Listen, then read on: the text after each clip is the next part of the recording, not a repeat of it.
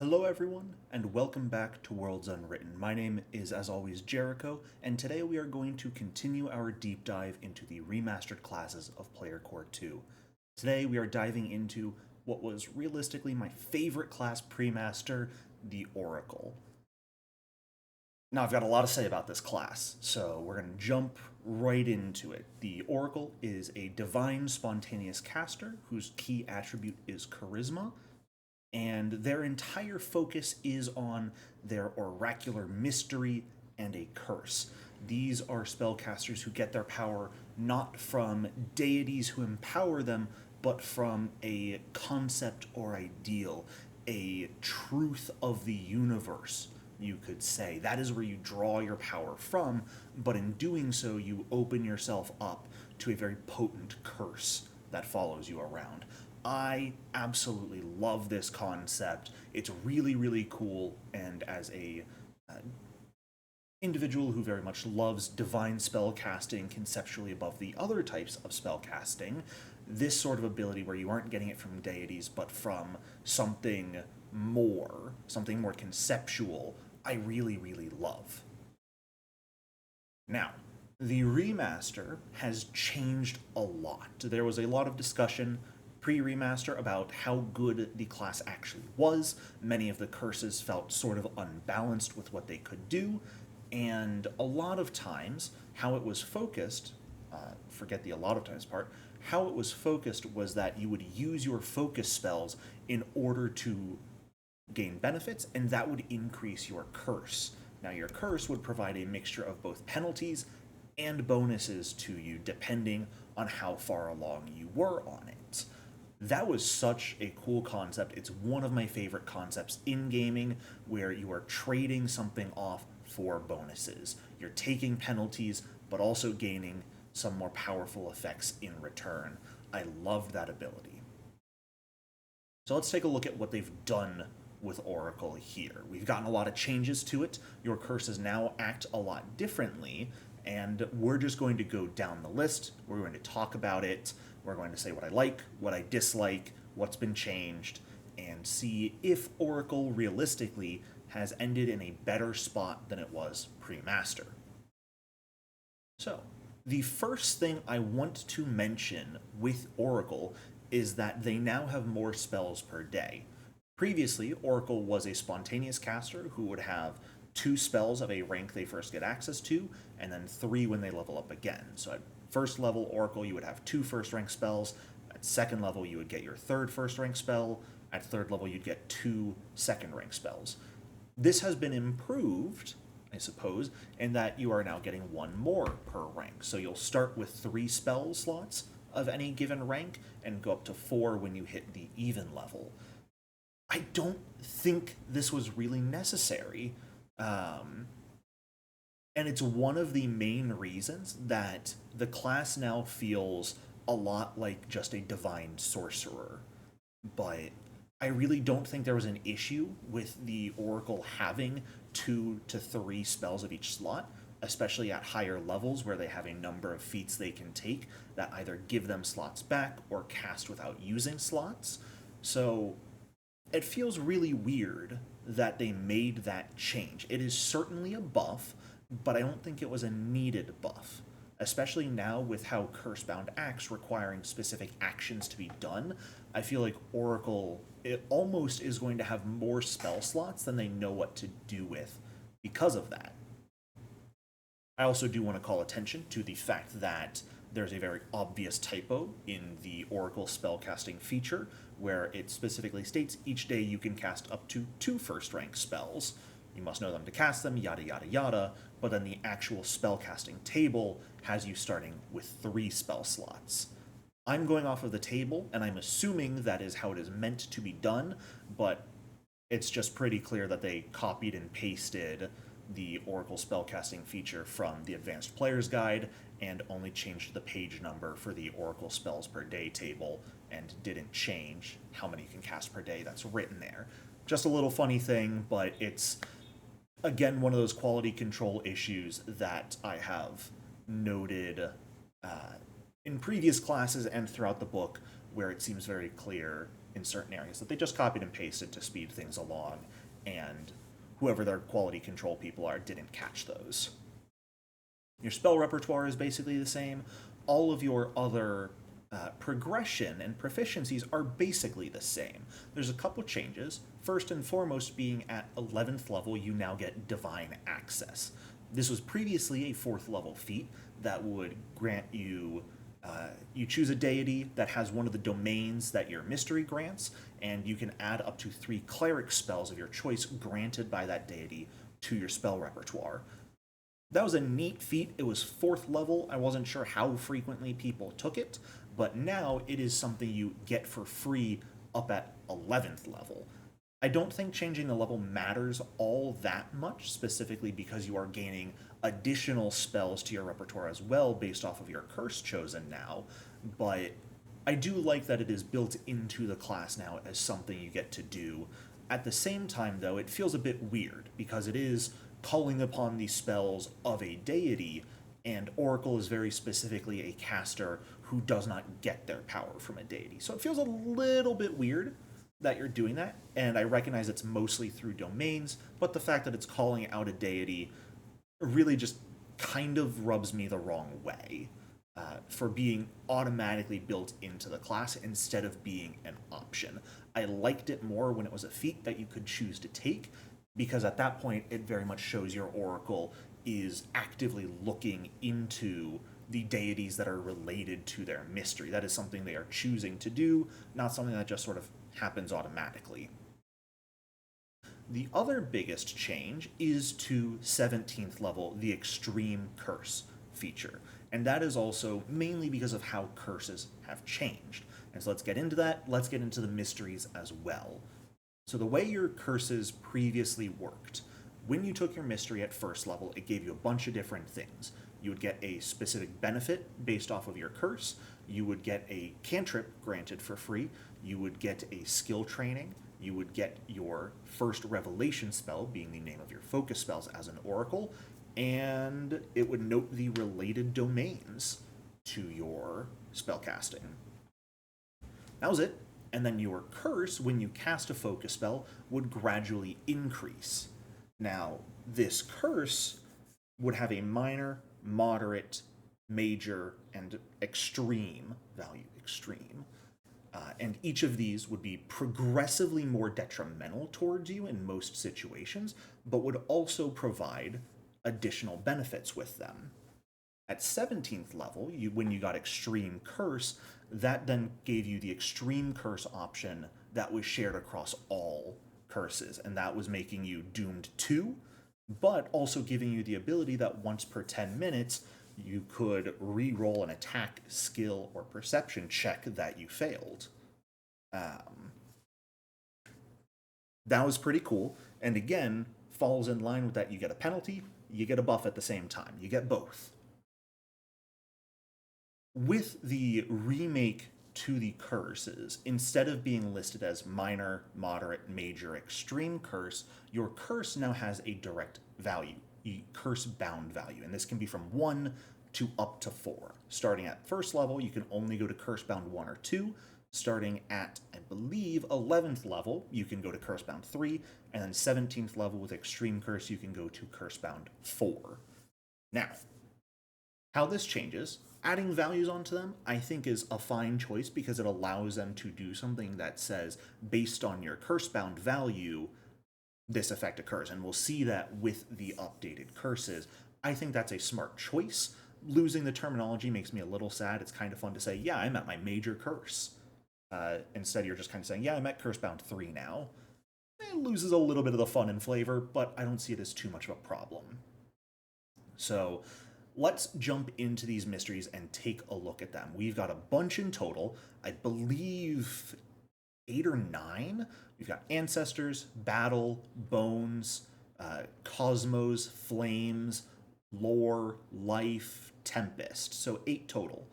There were 2 more that were, I believe, both added in the Dark Archive, the Ashes and Time mysteries. And I think this is our first case of your effectively subclass not being available from what's come in extra content, simply because those don't with how different curses now are, the mysteries now are, those versions, the Ash and Time Oracles, just don't function as well. Um, which makes me a little bit sad because Time Oracle was my absolute favorite character. I'm such a sucker for time related shenanigans. I was a sucker for oracles, so that was a match made in the heavens for me, and I'm a little sad to see it no longer being officially available. But let's jump into our first mystery, the Ancestors mystery.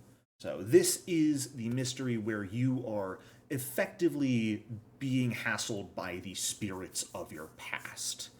You learn from their whispers and from the fragments of their memories, but opening your mind to their knowledge and experience also allows them to meddle in your worldly affairs. Now, pre-remaster, the mystery benefit you gained was actually gaining 2 additional ancestry feats, one at first level and another at 11th level, which was really, really nice. Just getting more feats is always cool. Gaining 2 from this is really solid. Now, it is also giving you additional spells. The guidance cantrip is the same. The additional spells you get from it are Ill Omen as a first rank spell, Ghostly Carrier as a second rank spell, and Dreaming Potential as a fifth rank spell. The domains are still the same, being Death and Family, with the addition of Duty and Soul that we cannot access until Divine Mysteries comes out in a few months. You're still getting Society as your skill, and your revelation spells are remaining the same: Ancestral Touch, Ancestral Defense, Ancestral Form. There is a very slight buff to Ancestral Touch that will happen with another curse as well, where the base damage of it has just been increased from 1d4 to 2d4. And I like that. Now that these focus spells are no longer increasing your curse trait, seeing some of them get slightly better I think is fair, since you're not really having that trade off of increasing your curse. It is the curse of ancestors where things really start to get kind of funky. Pre-master, your uh, curse effectively made you roll a d4 and would pseudo limit you to specific actions based off of what you rolled. Say you rolled a 1, you would be affected by an ancestor who much preferred martial skills. They would want you to make strike actions, and if you didn't want to make strike actions, you would have to make a very low DC flat check to avoid them. You had one that wanted you to do perception and skill actions, and one that wanted you to do spell casting, and if you rolled a 4, you got to choose. Now, as your curse increased, the DC of the flat check would also increase, so it would be harder to not do these actions they wanted, but they would also then give you additional benefits when you do those actions. Using the Strikes Ancestor, again, if you were at your moderate curse, effectively curse bound 2, you would get a +1 status bonus to attack rolls and a +2 status bonus to damage rolls that you make, which was a solid choice. I don't think you really wanted to be making strikes with an Ancestor's Oracle very frequently in the first place, but I like that there were these benefits to potentially being forced into these actions that you might not have otherwise took. The new Ancestor's Curse, specifically all it does is it makes you clumsy with a value equal to your curse-bound value. That's it. None of this cool ancestral influence anymore, you're just clumsy. And I think this is fine for a curse effect, since clumsy is pretty bad, even as a caster, since that, at the end of the day, is still a penalty to your AC and saving throws, so, to your reflex saves and AC specifically. So I don't necessarily think that is a bad curse to have, but as we're going to see with all the other ones, you lose a lot of the flavor and what makes these curses really cool, and that's where my struggles really come from. But starting off, I think if we are taking away old ancestors, I've got my advanced player's guide right here. If we're taking away the old book and we are looking at Oracle purely from a standpoint of the remaster, kind of as a brand new thing, I don't think the Ancestor's Curse is bad by any means. I like where it is going, and it's definitely an option I can see myself taking. When we compare it to the Advanced Player's Guide, that's where it starts to hurt. You're losing out on those 2 additional ancestry feats, you're losing out on the cool ancestral influence, and instead your curse is now just clumsy, which isn't something you would have ever really dealt with previously. I should also mention something I forgot. Each of the new mysteries will also grant you a specific first level feat for Oracle, and those feats are how you will be increasing your curse bound value instead of through focus spells. So we'll get into those in a little bit. But the Ancestors mystery grants you the Whispers of Weakness feat. Moving on to the Battle mystery. This is effectively the spell sword build for Oracle, one who is going to mix their spell casting with actual weapon combat. And from people I've spoken with, battle is one of the most painful changes, and I can definitely see where those people are coming from. Most of it's still remaining the same, and I do want to give a shout out to the fact that it is granting you Sure Strike as a feat now. Or as a first rank spell. That's pretty nice to get access to that as one who wants to use weapons more frequently. However, it's where other things occur that it starts to fall apart.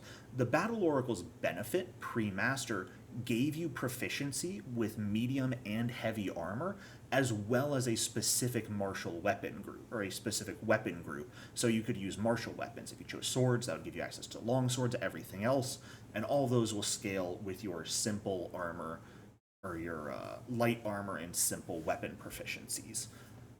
Battle Oracle has effectively lost those. We'll get into their Revelation spell changes here in a minute, which is where they still can get a weapon proficiency, but they've entirely lost their medium armor proficiency and heavy armor proficiency, which really hurts them.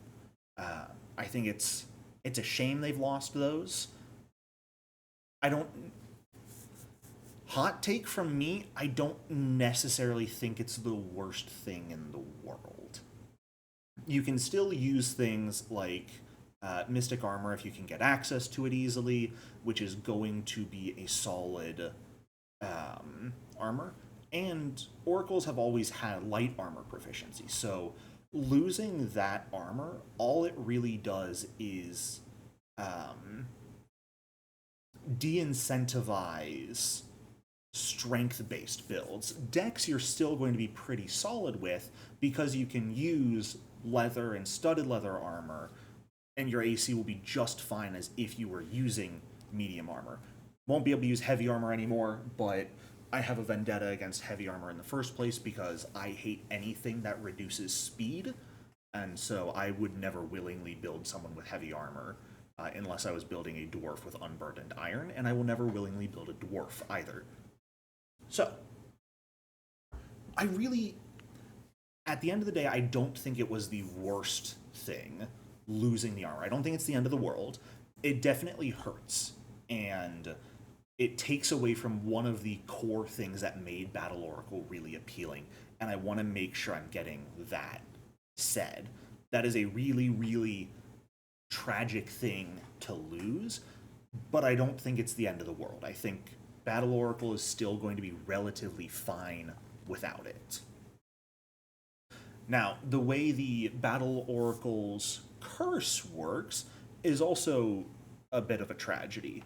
Previously, it did some cool things where it would give you a penalty to your AC and saving throws, but anytime you made a strike, whether you hit or not, just if you used the strike action, those penalties would be suspended or at least suppressed. As you got up to higher curses, it would be harder to suppress those effects all the way down to 0, but on the flip side, you would start gaining damage and even attack bonuses as well. And I think that was a really cool trade-off. You're easier to hit, but that can be suppressed, and you're dealing more. It felt very much like a Barbarian's Rage packed up into a class that can also do spellcasting. So I quite liked it. The new curse gives you weakness to any damage dealt by a spell, and this is weakness 2. It ignores any resistances or immunities you have, and Cursebound 2 also gives you a status penalty to all saves against spells. So Battle Oracle's curse is much more detrimental now. You're taking more damage from spells. You're also taking status penalties to saves against spells. I do like that it is spells and not just magical effects, but that definitely hurts. And while inherently I feel repulsed by this, I don't necessarily like the idea because it hurts. When I come at it from the perspective of this is a curse, these are the detrimental effects that you will be getting if you use really strong abilities, I actually kind of like it. I think it's mostly fine. Um, you're taking these penalties. They're not the end of the world, but they are going to make you play a bit more tactically. And you really have to think, are these curse-bound feats worth it? These abilities, are they really worth the bonuses they're going to have for these penalties I'm getting?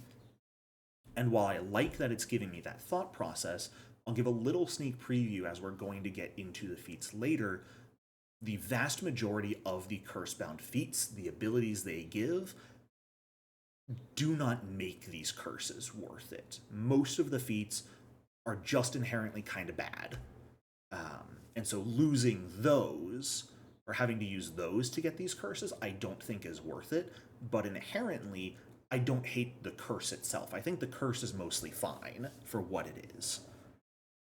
Now, Battle Oracle is one of the classes where we need to talk a little bit more about their revelation spells. They have a completely new initial and greater revelation spell. We have lost their previous versions, and let's talk about that slightly. So, looking at their new initial revelation spell, what you get as your first option, and this is what's going to give you your weapon proficiency, the Weapon Trance spell. This is a single action to activate. It is sustained for up to a minute, and it gives you your proficiency with martial weapons equal to your proficiency with simple weapons. It then automatically sustains as a free action the first time you hit with a weapon strike each round. I don't like this. I think this is very, very poor. This is a poor excuse for giving the Battle Oracle weapon proficiencies back. It is an action to activate. It takes your focus point. So if you ever fail to sustain it, you have lost it and you no longer have your martial weapon proficiencies. I think my biggest frustration with it is that you automatically sustain as a free action the first time you hit with a weapon strike each round. I think it would have been perfectly fine if it free action sustained the first time you strike with a weapon each round. Forcing you to hit means if you get unlucky, you're either going to have to then use your last action to sustain, or then try and get lucky again, or just drop it. If it was something that sustained when you strike, your turns as Battle Oracle would very much get to look like if you're up in melee, you can strike and cast a 2-action spell and be just fine.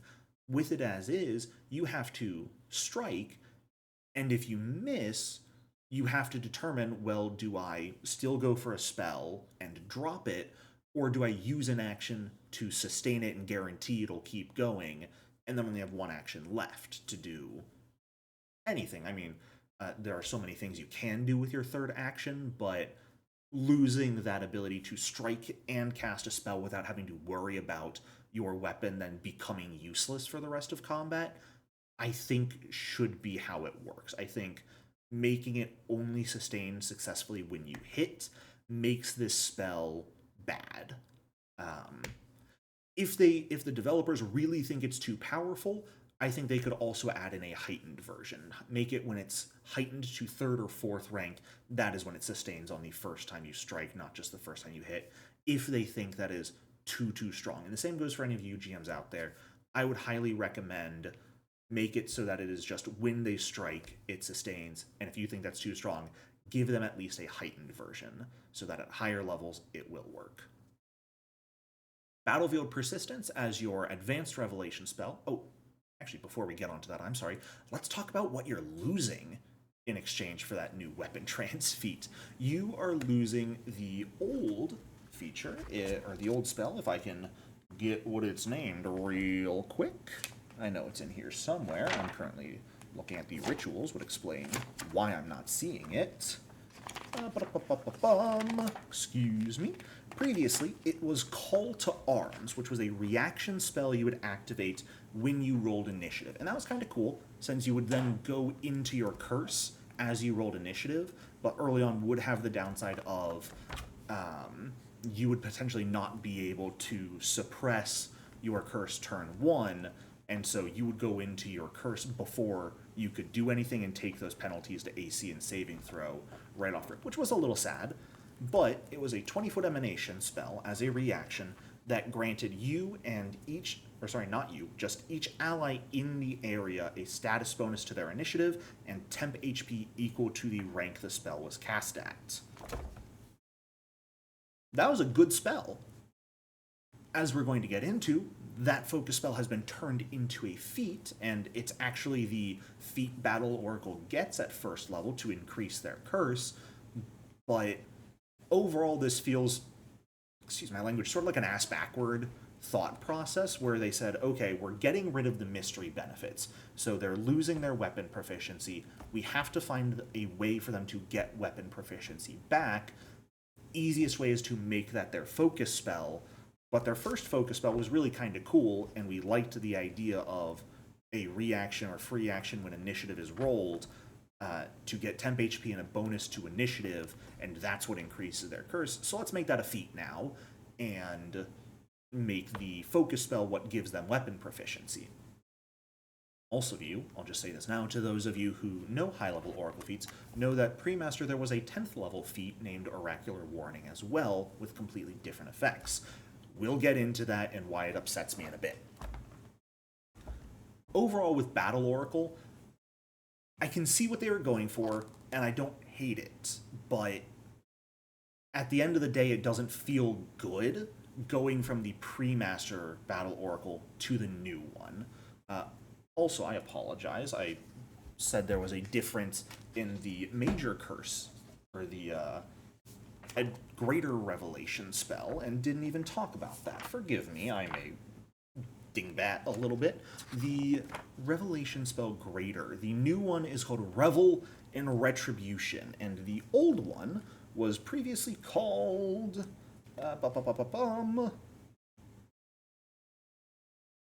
You'd think I would have written this down like a smart person, but I am not a smart man. Heroic Feat. Now, Heroic Feat was kind of a neat idea. You would cast it with 2 or 3 actions, and it would let you use a common fighter feat for any of their attack actions. So you could do like Intimidating Strike. If you cast it with 2 actions, you would have to do a single action fighter ability, and if you did it with 3 actions, that would let you cast or use a 2-action fighter ability. It was a neat idea. I don't think it was necessarily great, because having to use all 3 of your actions and increase your curse to use just a generic fighter feat doesn't really feel good. Their new focus spell, Revel in Retribution, I have to actually say, I really, really like. I think it's a much better feat than the Heroic Feat, where this is a single action, and it gives you Reactive Strike for a minute, I believe. It also immediately gives you a second reaction that you can use Reactive Strike with. And at the start of your subsequent turns, you gain an additional reaction. So you get to do 2 Reactive Strikes or a Reactive Strike and 1 other reaction every turn for a minute. It also makes it that when you hit someone with a Reactive Strike, you get 5 temporary hit points. And that increases, not by much, but by a little bit as you heighten. I think that's a fantastic feat. 1 action to get Reactive Strike, 2 effectively Reactive Strikes per round, is really, really strong and makes Battle Oracle... I think that is the spell that makes Battle Oracle worth playing. That's just really, really cool, if you still want to go down that route. So I'm excited at the very least for that, and I definitely think it is worth considering picking up this route to be able to use that. But let's not take too long with everything here. I already know this is going to be longer than everything else. Let's hop into the Bones mystery. Now, this is the mystery that focuses on having a deep understanding of both death and undeath. All of its macabre complexity, as they state. It was a really neat concept. The mystery benefit pre-master would give you the option every day to have either regular healing or void healing, where you are healed by negative or by void healing and damaged by vitality damage instead of the flip side. That was a really cool concept. I quite liked it. Your curse made it that you would heal less than normal. You would become drained. You would become wounded at max. Uh, but it would also give you a bonus to your recovery checks and your checks against diseases, poisons, and death effects. That one was one of the ones I always felt relatively balanced. The minor curse granting you only half as many hit points from everything is actually more painful than the life oracle's minor curse for the most part, even though they both do very similar things. But the rest of it felt okay. It never really felt too good or too bad, so I didn't really have an issue with it. The new curse of it, I also, when we're talking about that perspective, like I mentioned with the battle oracle, where in the perspective of these being relatively detrimental effects that you have to consider you are getting for using specific abilities, I don't hate either. It gives you weakness to vitality and void damage and makes you damaged by both of them, even if otherwise you wouldn't be hurt by both of them. You also, as it goes up, will get penalties to your fortitude saves specifically. I think that's pretty solid. I do struggle with when it says you can be hurt by both vitality and void, even if the other normally has no effect on you. Specifically because a lot of abilities that deal like vitality damage specifically state only when they target undead. Like you have to target an undead for them. Let's take the heal spell, for example. That's like the biggest one I think about and go, how is this actually supposed to work? Because the heal spell heals anyone living in it and deals void damage to any undead in the area. Since you take damage from both, would you be healed by the heal and then have to make a fortitude save versus taking the damage as well? Or because you're not technically undead, you're just harmed by or by void, but the spell only states it deals void damage to undead, are you unaffected by it? It's really weird, and it feels kind of niche. So I'm on the fence about that. I think that's something that warrants a lot more research into deciding how bad is that actually, or how is it supposed to work in those niche use cases. I know a lot of times for me, when something specifies, you can only target a living creature, I'll still let people oftentimes target undead creatures with it, simply because the effects probably aren't going to affect them, but I at least want them to have the option to do so. So I think that requires some looking into. The Soul Siphon initial spell is, I believe, the one very similar to Ancestors, where the damage of it is very slightly increased, just to 2d4 instead of 1d4. If I am remembering properly, let me take a look so I'm not spouting misinformation as I am wont to do. I am spouting misinformation. I'm so sorry. I'm thinking of the Cosmos Mystery that gets that. Soul Siphon for Bones Mystery is the same. It is only 1d4 void damage, but specifically because you gain temp HP from it. The problem I have with Soul Siphon, why is it void damage and not spirit damage? It's called Soul Siphon. Like, come on. This was the easiest change in existence. Make it deal spirit damage. The entire idea of the curse is you are sort of alive, sort of dead at the same time. Your abilities should be focused on targeting the soul a bit more. Soul Siphon can only harm living creatures. If you come against an undead, you're fucked. Um, just let it deal spirit damage and it's fine. It's fine. Deal spirit damage. If you're a GM out there and someone in your party takes Bones Oracle, make Soul Siphon deal spirit damage. This is a threat. I'm really passionate about Oracle, and I'm sorry for that. That's pretty much it about Bones Oracle, though. Again, let it deal spirit damage, and how does the curse actually entreat with with certain spells that specifically only target living or undead to deal those different damage types. So make some decisions on that, Paizo. Other GMs deal spirit damage, yada yada yada. Claim Undead, I believe that is the greater spell for Bones Oracle, and it has been buffed slightly that I do want to call attention to because it is quite a nice buff. That is the 2-action focus spell where you target an undead creature, and either that undead creature makes a will save, or if it's being controlled by someone else, the controller has to make a will save versus it. The failure and critical failure effects where you gain control of it are still the same. Critical success, they're still unaffected.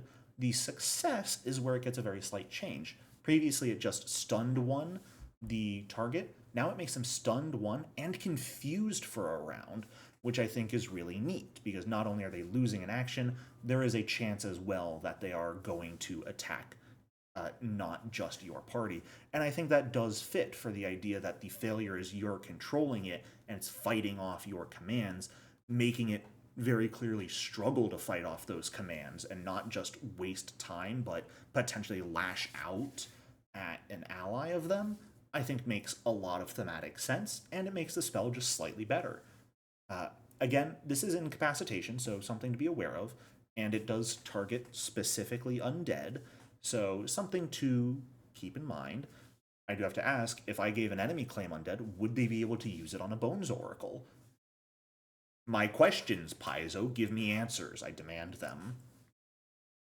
But overall, I do like Bones Oracle. I think it's got some neat concepts going on with it.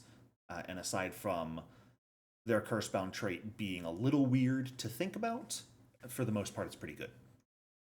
Cosmos Oracle. Now, Cosmos as a mystery. The benefit it gave you pre-master was just flat scaling resistance to physical damage, and that was a really good ability. I liked that a lot. The idea behind the Cosmos mystery was that you were connected to the skies above, and so a lot of the times your body was actually getting lighter, beginning to float. And so the effects of that curse would be enfeebled, taking a penalty to any fortitude saves versus being grappled, shoved, other forms of forced movement, but it would make you harder to specifically trip, and it would also give you some other funny athletic feat abilities like powerful leap, quick jump, cloud jump. It would give you those cool little things. The new Cosmos Cursed just gives you enfeebled. And both old Cosmos, which had enfeebled, and new Cosmos enfeebled, if you're playing a Cosmos Oracle, or really any Oracle that isn't a strength based battle Oracle, I don't think you particularly care about being enfeebled. I think you just don't. It's also not even as deadly as it was previously because the penalty to saves and DCs is only against forms of forced movement. So reposition, shove, but your trip you still don't get a buff against, and it's actually hard. It's not any easier to grapple you either, since that's not forced movement. Now, if like a monk tried to whirling throw you after grabbing you, you would take the penalty to your DC at that point. But for them to initially grab you, that's not any harder or not any easier for them, and that makes sense. If you're floating upwards, that's not going to make it any easier for you to be grabbed, but you're lighter, so pushing you is easier. So overall, kind of like it. As I mentioned and kind of sucked on earlier, Spray of Stars being their initial revelation spell now deals 2d4 instead of 1d4 damage, and their greater spell, Moonlight Bridge, has been adjusted ever so slightly, mostly in its damage resistances. It was considered effectively an object, so pre-master it would have immunity to critical hits and precision damage. It actually doesn't have that anymore. Instead, your bridge has immunity to all damage except Force, Spirit, and Ghost Touch. Which feels kind of weird that a bridge has immunity or takes damage from spirit damage. That isn't something I would necessarily consider the bridge taking damage from. I get that it's sort of incorporeal, but in my thought process, it's always been, incorporeal creatures will still take full damage from spirit because it's targeting their soul. The Moonlight Bridge is a bridge. Are you telling me this bridge has a soul or a spirit you can target? That's terrifying. Stop that. I don't want to hear that. Additionally, it does also have a slight buff, though, to its heightened effect. in that the width of it is increased by 5 feet for every spell rank it is heightened by, which is kind of neat. And it's actually up to an additional 5 feet per heightened, so you don't have to make it any wider if you don't want to, which is a nice little choice. Cosmos Oracle, in a pretty good spot. Flames as a curse. The previous version gave you just a bonus to your reflex save proficiencies, so instead of only getting to expert, you would get all the way up to master with it, which was pretty neat. I'm not necessarily sure how connected it felt. Like the benefit specifically stated, you're kind of like fire itself. You flicker and dance, avoiding effects that would quench your vitality.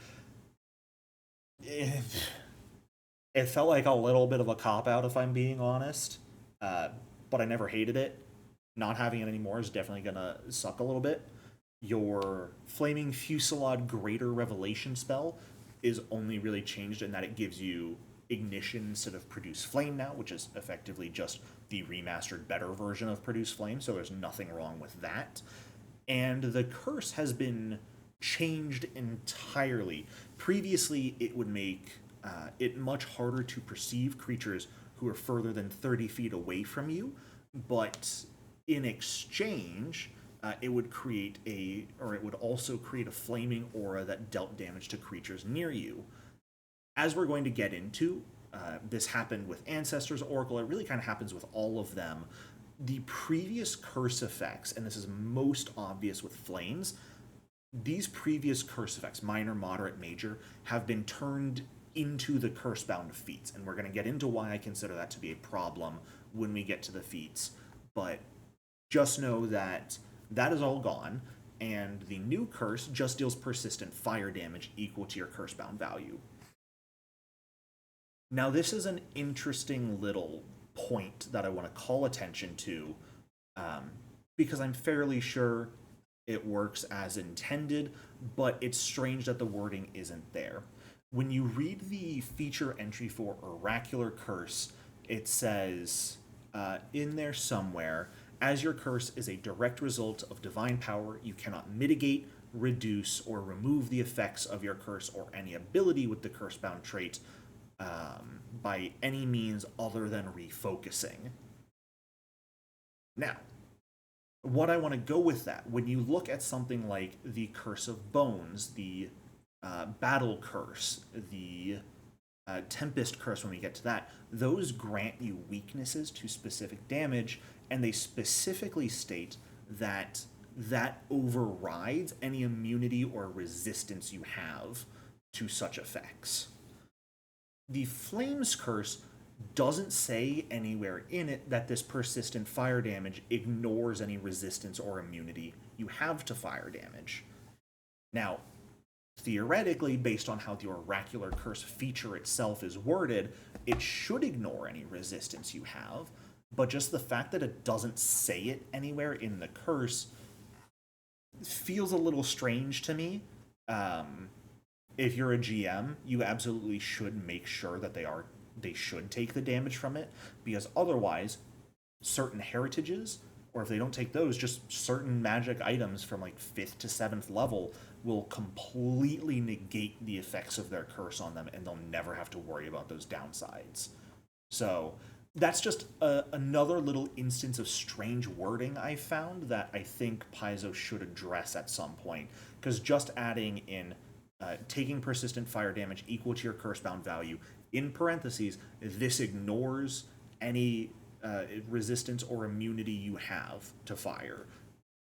Easiest change, makes it hard, or makes it easier to note, and you don't have to then refer back to the oracular mystery or oracular curse when you argue with your GM about whether you're taking the damage or not.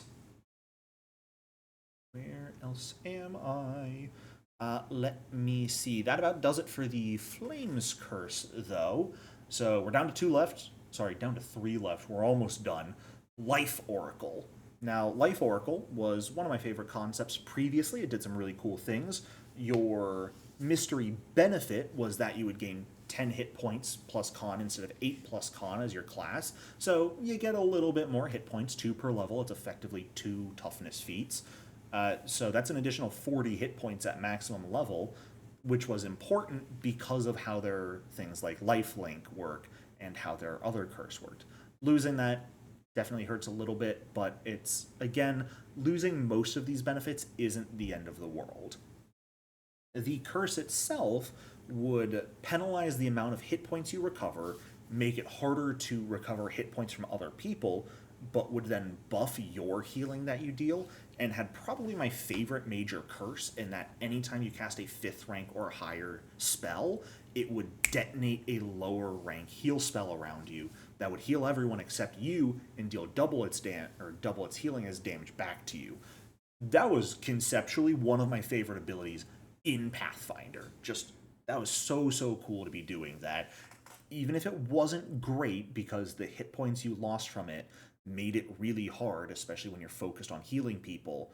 And a lot of times, Life Oracle at high level would have this really weird sort of fluctuating health where you would have to do a massive heal like on yourself and then immediately watch a chunk of what you just healed vanished as you heal everyone else as well. But I liked it conceptually. It was really cool. And honestly, that's like the biggest thing I want to say about pre-master Oracle. It was cool. You got to do a lot of neat shit that you just don't really have anymore.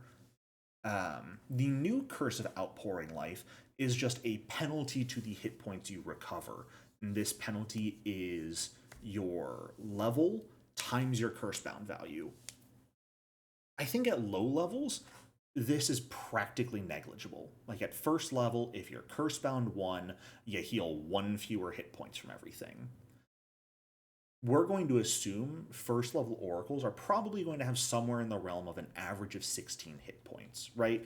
They get 8 plus con per level, and let's assume if they go with a 6 HP ancestry, they might have a +1 or +2 con, or if they go with an 8 HP ancestry with 0 con, you're probably averaging around 15 to 16 hit points at level 1. So if you're at Cursebound 1 at that point, you know, 1 fewer hit points when trying to get up to 15, just about anything will heal you up to full anyway, whether it's a soothe, battle medicine, a heal spell cast as 2 actions. Taking the 1 hit point penalty really doesn't matter. I'd say this will only really start to show up as something you'll notice heavily when you're getting up closer to like 10th level and being at Cursebound 2 and higher. So like once you hit 11th level and you can get to Cursebound 3, the first time you hit Cursebound 3 at 11th level, you're probably going to notice because that's 33 fewer hit points from any healing source. That's probably when you're really going to start to notice it and feel that curse.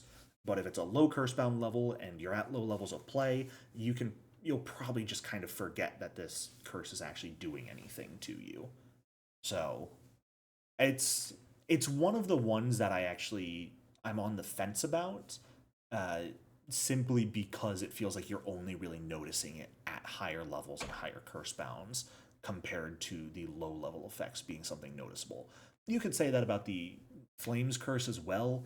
You know, it's not based off your level, so curse bound 1 is just 1 persistent fire damage per turn. At worst, you'll only ever be taking 4 persistent fire damage per turn, which is the most negligible thing in existence.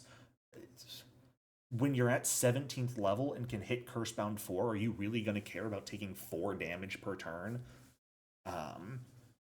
If they were to do something with Curse of Engulfing Flames, where it was like you take persistent fire damage equal to double your Cursebound value, and starting at like Cursebound 2 or 3, you gain weakness to fire damage as well, I'd feel like that's something a lot more noticeable, and you're actually going to, similar to other curses, have to really think about using your Cursebound abilities. Right now, if you go Flames Oracle, you can just ignore it. Even if it ignores your resistance, like we talked about a couple minutes ago, you can completely ignore the persistent damage you're taking most of the time. It's not going to do anything to you. Let's get into Lore Oracle, though. Lore Oracle, I struggle with Lore Oracle for a couple reasons. So, the concept behind it is really cool.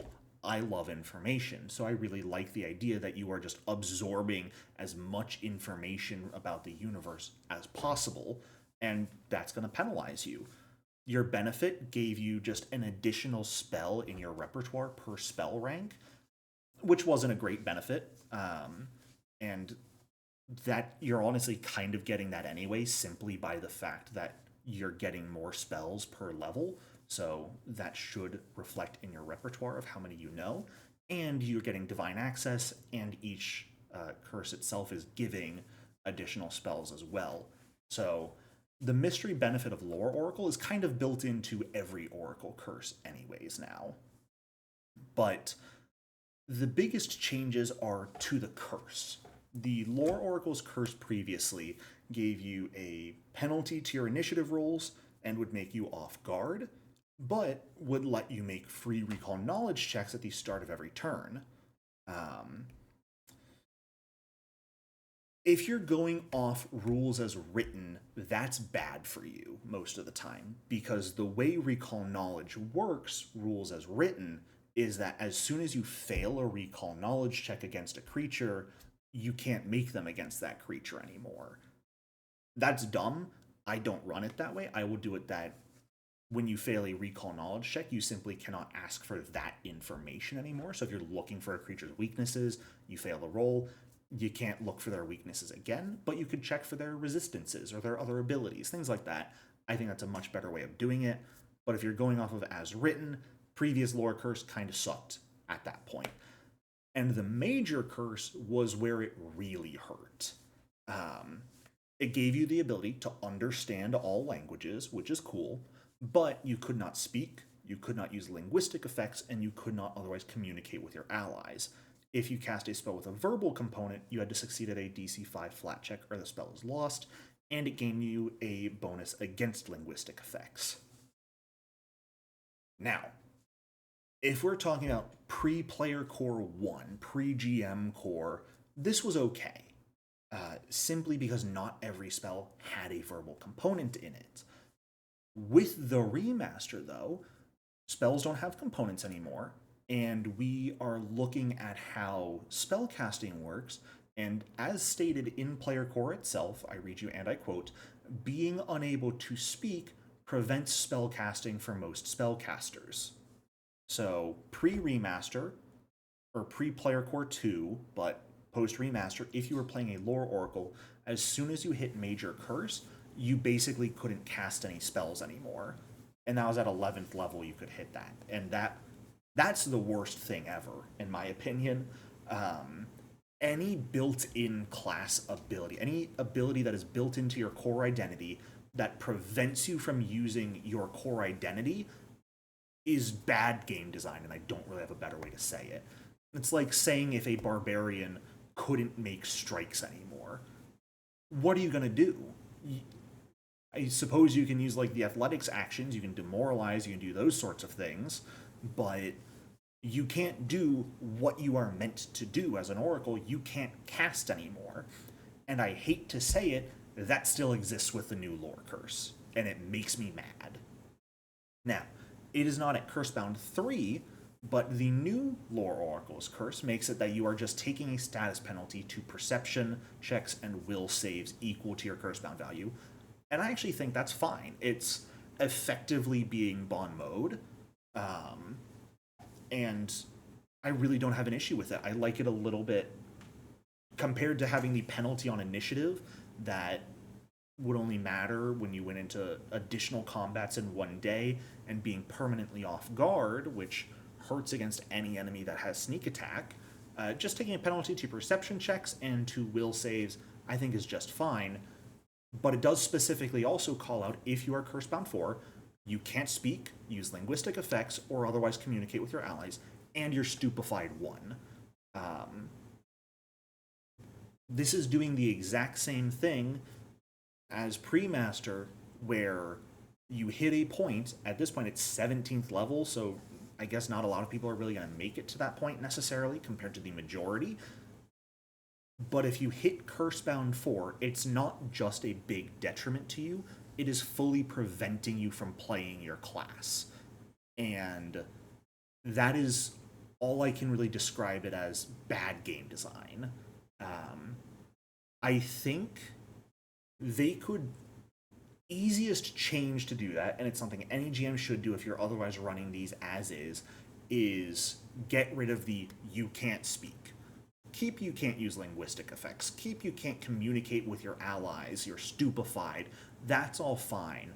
But because you need to be able to speak to do the majority of spellcasting, do not prevent them from doing that. Because my idea is you're probably sort of babbling a bit incoherently due to this knowledge distracting you. You're probably talking to yourself more than you're focused on talking to other people, but I still think you should be able to use that knowledge as you're talking to yourself and sort of throw spells out without any issue, or at least at a potential issue. The stupefied is effectively the same flat check you had to make previously. It's going to be DC 6, but whatever, it's a 5% difference. We care so much about numbers in Pathfinder, so I probably should care more about that, but I'm not going to because I want to fix the speaking issue. Now, some of you might be thinking, we'll just use spells with the subtle trait, since the subtle trait doesn't require you to be able to speak to cast them. Take a look at the spell list with the subtle trait. There are, I believe, 13 spells in the game. One of them is a focus spell for clerics. 3 of them are cantrips. There are 2 first rank and 2 second rank spells that are subtle on the divine spell list. Every other subtle spell is not divine. And even still, that limits you, if you had access to all of them, sans the cleric focus spell and sans the cantrips, it's about 8 spells you would be able to cast if you're at Cursebound 4 out of your otherwise entire list.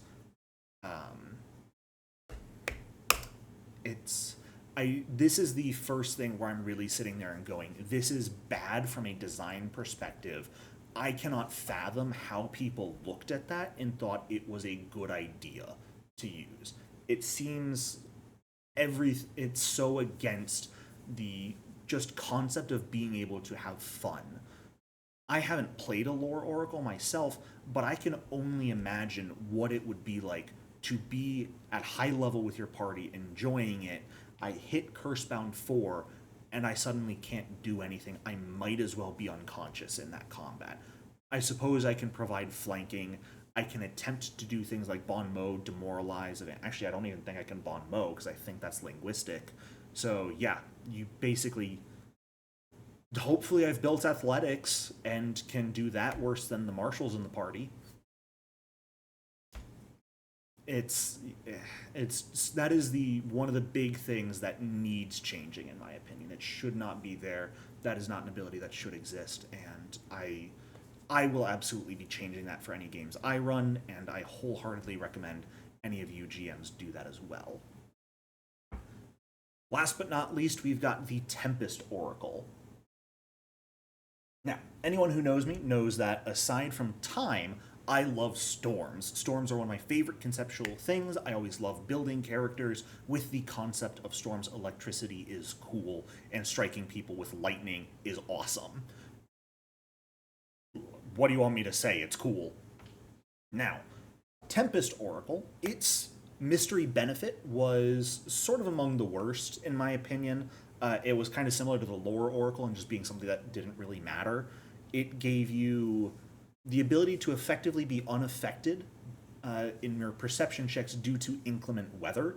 So you would take no penalties to perception, to things like rain, fog, other precipitation, which wasn't bad, but depending on the campaign, that might just not ever really come up. It also made it that when you dealt physical damage with a non-cantrip air or water spell, you would deal 1 additional electricity damage per spell rank, which was kind of cool. That's a neat ability. Take a look at the Divine Spell list and tell me how many non-cantrip spells there have the air or water trait. It's basically none. It worked on your focus spell, which was good, but otherwise, it was a basically non-benefit for the vast majority of Tempest Oracle's abilities, and that was a shame. It's not the end of the world, but a little disappointing. But it's okay. We don't have to imagine any of that anymore because it's just gone. New Tempest, well, let's talk about the curse for Tempest Oracle as well. It would cause an actual storm to manifest around you that would turn, blow out any fires that were going on, would make physical ranged attacks by or against you penalized. It would give you fire resistance. It caused difficult terrain directly surrounding you, aside from yourself, and any damaged or any creatures that touched you would be damaged by it. This gave you the penalty, though, of having weakness to electricity damage and treating you as though you were holding or wearing metal. For curse effects, one of my favorites, just conceptually, having a miniature storm following you around, that quite frankly had some of the best general buffs, in my opinion, for what you had going on. Now, I do also want to call quick attention to the focus spells for Tempest Oracle. I know I'm jumping backwards, but this is the big thing because we're losing the mystery benefit. Technically, Tempest Touch and Thunderburst are weaker because they're not gaining that +1 electricity damage anymore per spell rank. So that's sad, I suppose. That was really what that was for buffing those focus spells, and you're not getting the damage buff anymore, but they're also not increasing your curse, so I'm not going to complain too heavily. The new curse for Tempest Oracle is basically the same as what I just described, except imagine that you get none of those benefits. You have weakness to electricity damage, you're treated as if you're holding or wearing metal, you gain no fire resistance in return, though. The moderate curse imposing a penalty on ranged attack rolls using physical ammunition that either targeted you or originated from you has been changed. You now just take a -2 circumstance penalty to ranged attack rolls you made, which is fucking awful, let me just say. That takes any of your ranged spells that target AC instead of a save and makes them objectively bad choices because you'll take a -2 circumstance penalty if you're at your moderate curse or curse bound 2. I hate that.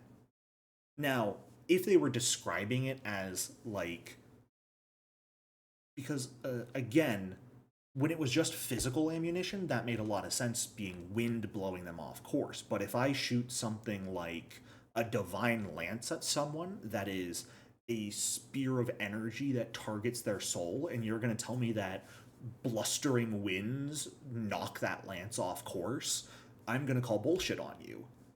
Uh, because it is a curse, it kind of makes sense, but at the same time, I just hate it. I really, really hate that there is an effect here that takes an entire set of your potential spells and makes you never want to take them because of that. And that's hugely disappointing to me. And Cursebound 4, previously at your major curse, the space around you would become difficult terrain for everyone aside from you because the storm was affecting them. Now, the winds push you specifically back. So instead of creatures around you taking a penalty to speed due to it being difficult terrain, you now just take a -10-foot status penalty to all your speeds being at Cursebound 4.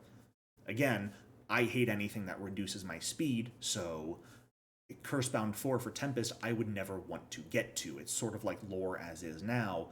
Once I hit Cursebound 3, I would never do anything that pushes me up to Cursebound 4, unless it was like a last minute Hail Mary, simply because I don't like it. But Tempest Oracle is one of the ones I just generally sort of dislike, partially because they went from such a high to such a low, but it's mainly the Cursebound 2 and Cursebound 4 effects that anger me so.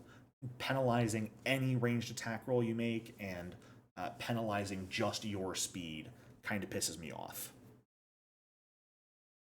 That does it for the curses, though, for the mysteries in general. And so, summarizing my thoughts, they don't really feel balanced.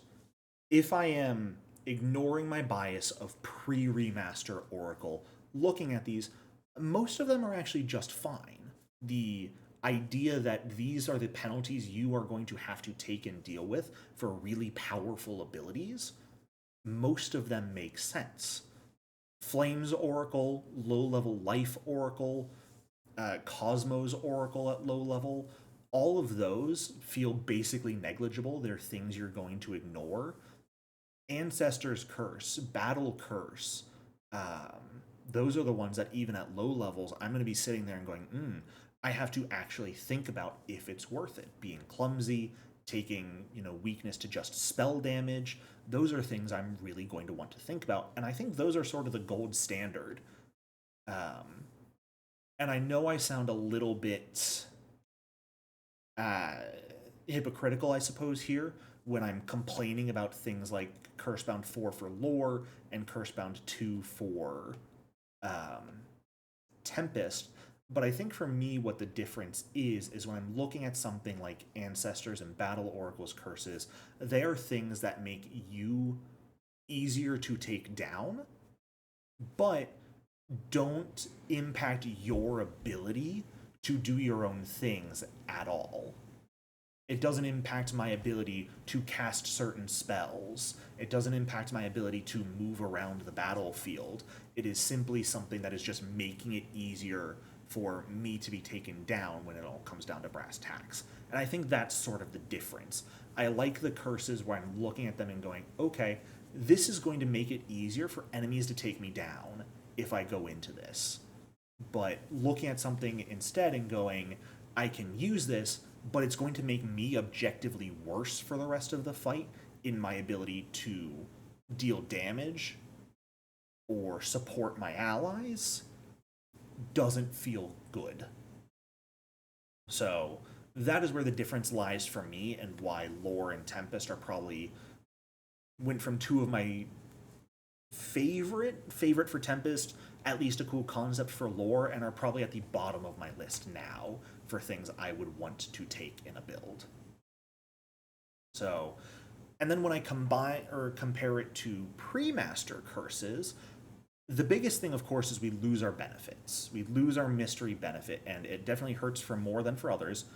And if I had to give you my theory, we lost those because we're getting the additional spell slots.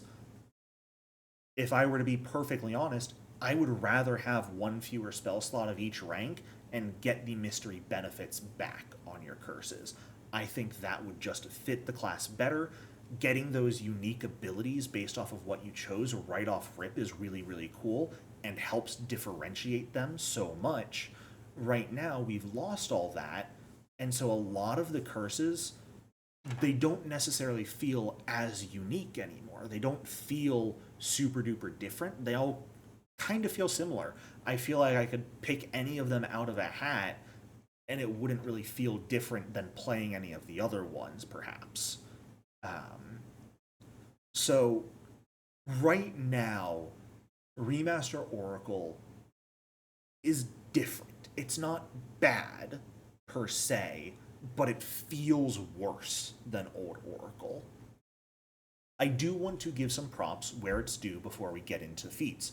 One, the biggest thing in my opinion is that out of combat you can go back down to Cursebound 0 when you refocus. You are not restrained to staying at your minor curse for the rest of the day anymore, and I think that was a fantastic decision.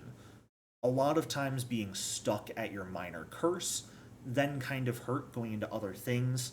I mean, like Lore Oracle, nothing happened when you went to minor curse normally until you then went into another combat, which is why it sort of required you to be or not lose minor curse in a day.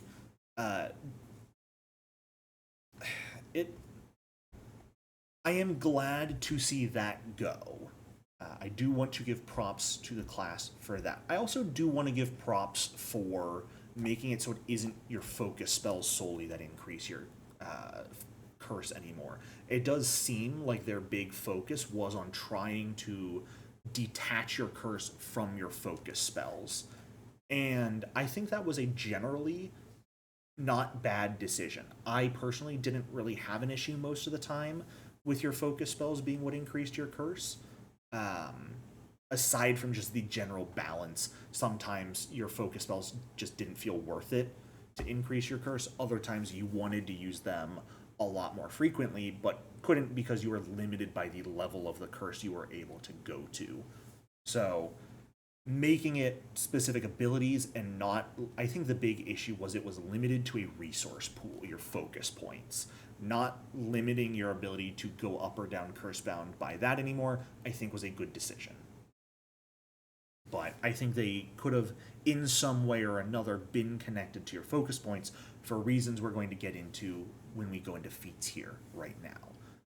So looking at the feats, there's a lot. There's a lot of new stuff. There's a lot of changed stuff.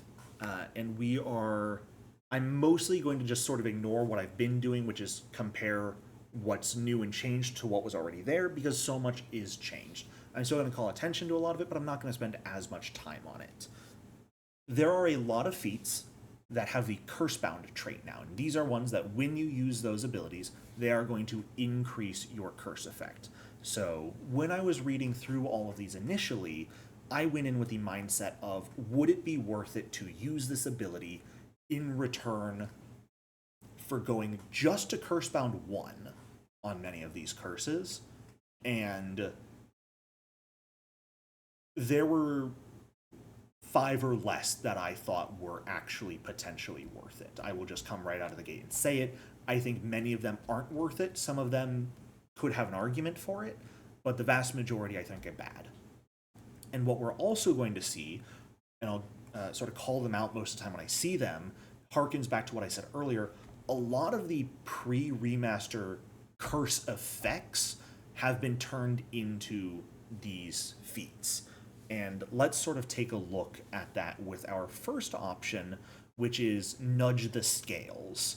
This is a first level feat. You get it for some specific curses just for free.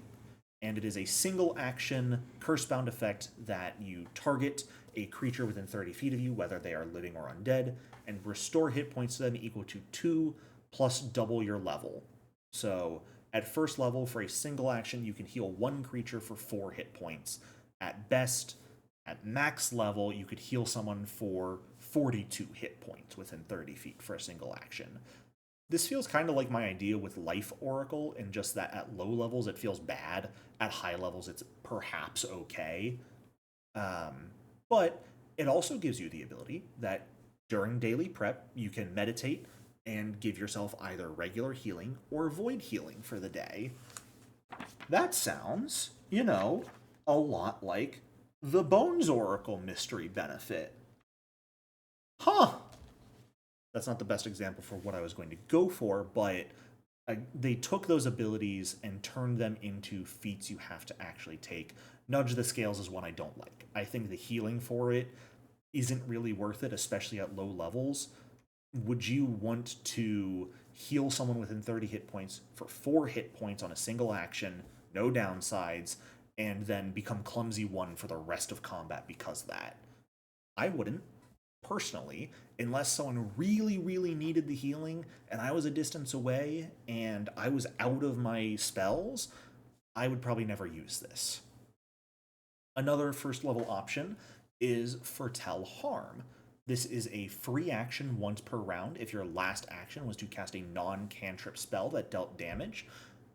For the low price of increasing your curse bound, you get to deal damage to that target equal to twice the triggering spell's rank at the beginning of their turn with no save. So, if you cast a first rank spell on them that dealt damage, congratulations for the low price of taking or lighting on fire and taking persistent fire damage for the rest of combat. They are going to take 2 damage at the start of their next turn. Wahoo! At best, when you're 19th level and enemies have 250 to 300 plus hit points, this will deal 20 damage to them when you use your 1 or maybe 2 10th rank spells.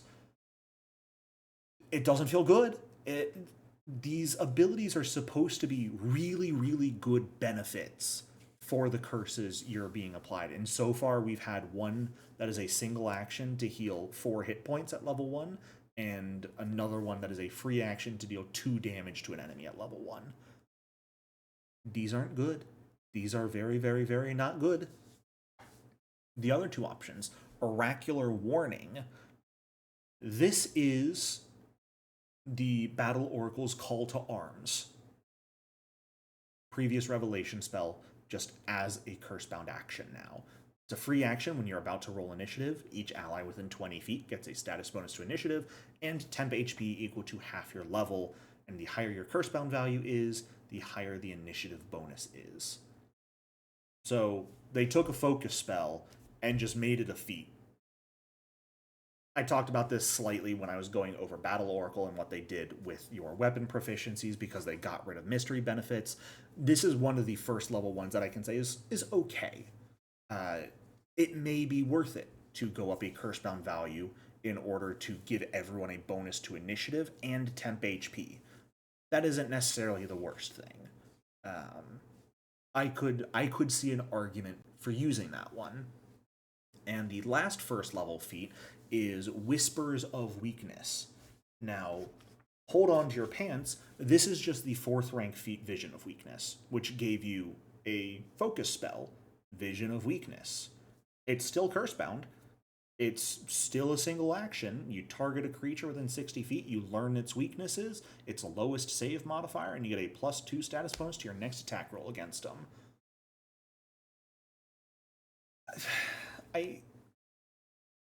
They did this solely to make it a feat that could be taken at first level and given to some curses as their first level feat to increase their curse, but like it no longer costs one of your limited focus point resources. It also no longer gives you a focus point for getting it, which is a bit of a shame.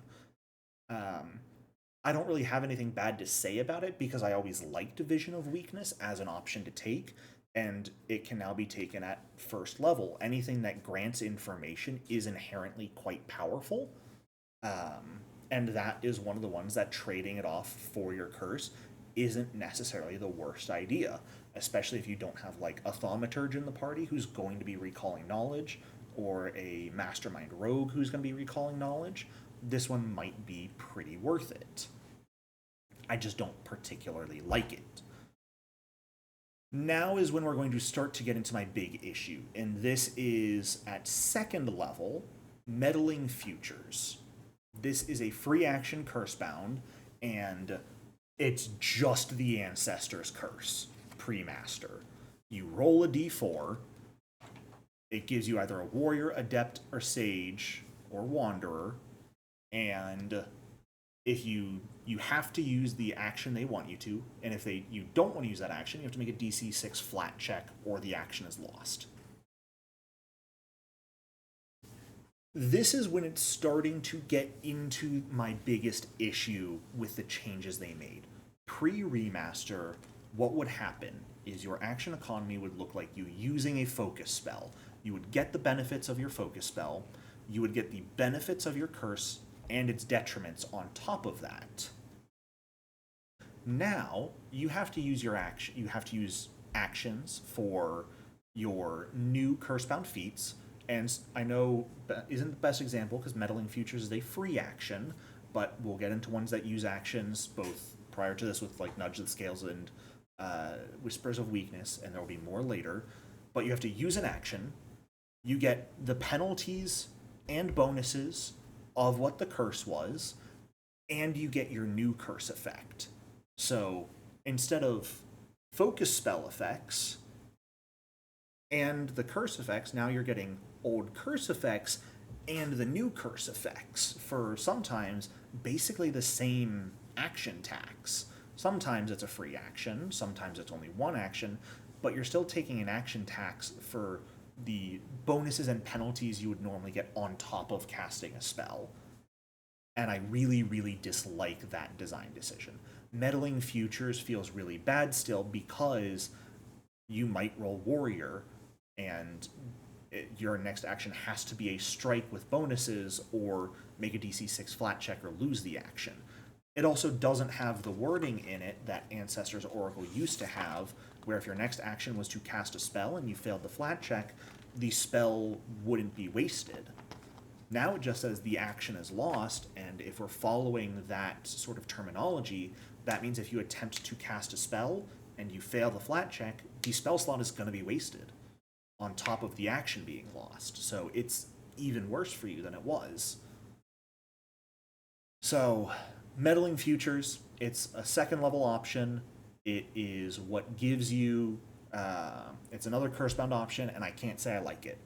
I also can't say it makes a whole lot of sense. The idea is you are opening yourself to the guidance of spirits or powers. It really is what the Ancestors was, where it was your ancestors meddling with you, but now it's just random spirits. Maybe if you were playing like a Bones Oracle or Ancestors who's more connected to spirits, that would make more sense. But why, as a Tempest Oracle, am I opening myself up to random? Like, what spirits am I opening myself up to with that? It feels weird. It doesn't make a whole lot of sense, and I don't like it. Moving on to fourth level, we got two feats I'm going to talk about here. First is Knowledge of Shapes. This is a new Cursebound action. It's a free action, and it requires you to have Reach Spell or Widen Spell. It allows you to use either Reach or Widen as a free action at the penalty of increasing your curse. This one's a little hard to talk about because I think the discussion about Reach or Widen Spell is its own discussion to have at some point. Personally, I've never particularly liked them being feat options, but I really don't like Knowledge of Shapes here because you're saying, hey, you have to take, you're getting a first level feat for your curse. At second level, you have to take Reach or Widen, and then at fourth level, you can take Knowledge of Shapes to let you use it as a free action if you really, really need to. I would have much rather seen this Knowledge of Shapes be actually built into Reach and Widen Spell as an option. Have their regular effects and have a part of them that is said, you can choose to use the spell shape as a free action. If you do, it gains the Cursebound trait. That would have, one, made them a little bit different from other classes that get Reach and Widen. It also wouldn't require you to take 2 feats to do it, and I might be a little bit more intrigued in taking them on my builds. I can understand it, and I don't hate it, but I can't say I like it. The other option at 4th level is Thousand Visions. This is the first half of how Flames Oracle used to work. It grants you effectively Blind Fight, which is the normal 8th level feat here at 4th level, and this is a free action. You don't need to succeed at flat checks to target concealed creatures. You're not off guard to creatures who are hidden from you, unless you're off guard to them for other reasons. And you only need a successful DC 5 flat check to target hidden creatures. Beyond 30 feet, all of your senses become imprecise. And this lasts for a minute. This also increases your curse. So again, remember, the idea of curse-bound feats and actions is they are a great benefit, and then the curse is what you take after that. This is a benefit and a penalty, and you then get your curse on top of it. Why did they need to say beyond 30 feet you become overwhelmed, aside from the fact that is how Flames Oracle worked pre-master? If this is supposed to be so good, make it so that it just benefits you within 30 feet of you as you become acutely more aware of your surroundings. Past that, you still got your regular senses, and Cursebound is the penalty you're taking. I really don't like these options that are you get a benefit, and you get a penalty, and your Cursebound increases. It doesn't feel good, and it feels like you're being penalized in multiple ways instead. Up to 6th level, we do have one new feat, the Gifted Power feat. And this is one of the ones that I actually kind of like, but it feels like the objective best 6th level feat if you don't care about getting your Advanced Revelation spell. Spiritual Sense is kind of neat. Steady spell casting is always very niche. People who take it are going to love it most of the time. People who don't aren't really going to miss it.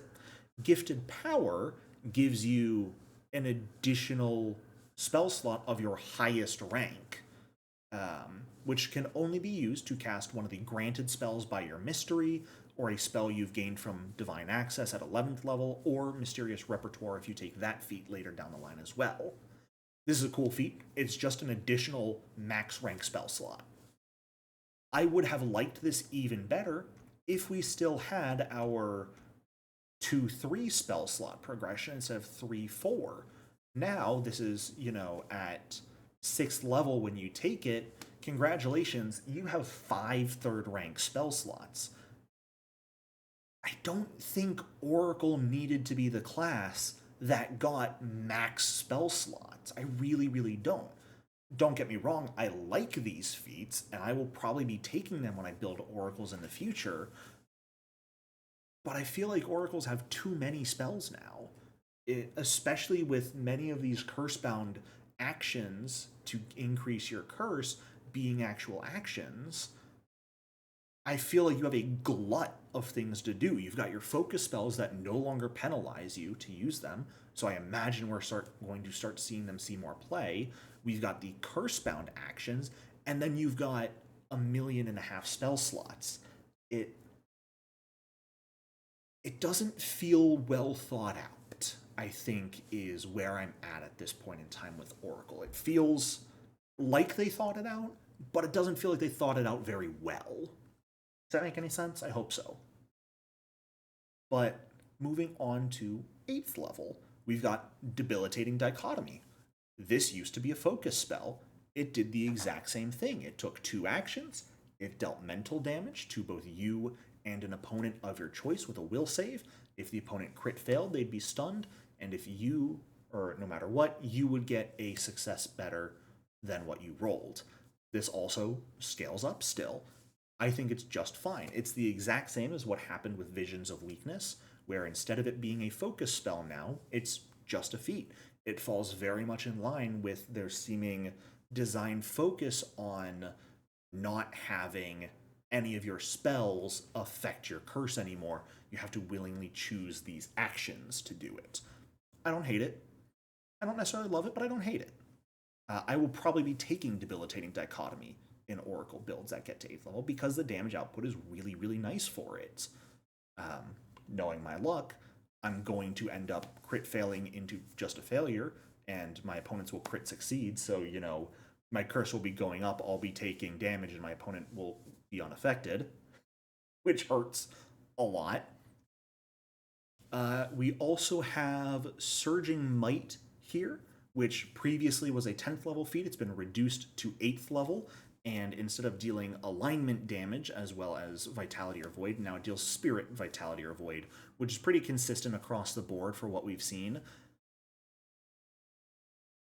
I don't like it. Even as an 8th level feat, I'm not sure how frequently I see myself taking this. And this is one of those situations where I'm looking at this and going, why didn't they turn this sort of thing into a curse bound? Make it so it ignores resistance to any damage type. Your next spell ignores resistance up to a certain amount. You could even put a limitation on it, like equal to your level, or hell, equal to double or triple your curse bound value, and give it the curse bound trait. It feels very middling right now, and this is one of those perfect situations that they could have added curse bound on and made it better. Wouldn't have any penalties. It would actually be what feels like a very good effect for the penalty you're then taking. Instead, it just feels very bleh right now, and I don't particularly like it. We also have a brand new feat, which is Water Walker. It's cool. It's when you're Cursebound 1, you can stride across liquids that don't support your weight. You have to end your movement on a surface. And when you're Cursebound 2, you gain the effects of Water Walk. There is a, jumping ahead slightly as well, a 14th level feat called Lighter Than Air. When you're Cursebound, you gain the effects of Fly, and when you're Cursebound 3 or greater, you gain a status bonus to your fly speed. These are really cool. These are the entire concept of what the Cosmos Oracle used to be, though. Why are they just feats any Oracle can take now, instead of taking the entire build that was focused on becoming lighter, reaching for the sky, and giving it to them? It's very much, again, they took the identity of the curses of Oracle previously and just made them feats that practically any Oracle can take, and it doesn't really make sense. Mechanically, it's cool and I like it. Conceptually, I despise it because it doesn't make sense to me. 10th level, this is where we're getting our biggest changes. First and foremost, this is where Oracular Warning, a previous feat that I absolutely loved, is now gone because we've gotten a Battle Oracle focus spell that has been renamed to Oracular Warning at first level, and this Oracular Warning is just gone. And this was such a cool Oracular Warning at 10th level let you give an ally fortune on their initiative roll while you took misfortune. So an ally gets to roll twice and take the better result while you have to roll twice and take the worse result. That was so cool. I really, really liked that and was absolutely a blast to see in play when I had an Oracle using this. They used it every single combat.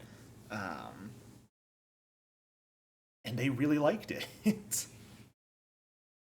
But it's just gone now. They didn't even try to rename it. That's another prime feat like Surging Might, in my opinion, that could have been made into a curse-bound effect. Get rid of the penalty on your initiative and just make it something like you can give an ally fortune on their initiative, and here's curse-bound for it. Maybe give them an additional buff on top of it because we've got the first level feat that certain oracles can take, and anyone can go back and take. That gives them that. That gives them a +2 and temp HP. So I can understand why they got rid of it, but it doesn't stop it from hurting because I really liked it. Other than that, though, here at 10th level, we get 4 additional feats for Oracle, and each of these have a prerequisite of 2 of the 8. You have to have one specific I'm trying to figure out the best way to say this. You have to have a specific mystery for it. Each of these feats, you can have 1 of 2 mysteries out of the 8 in total. So, roll the Bones of Fate, you can take if you are Bones or Lore. If you have Ancestors or Battle, you can take the Dead Walk. If you have Cosmos or Flames, you can take Trial by Skyfire. And if you have Life or Tempest, you can take Waters of Creation. This feels really weird to me. These are the only feats that have a prerequisite of specific curses, and there's also 2 curses per feat.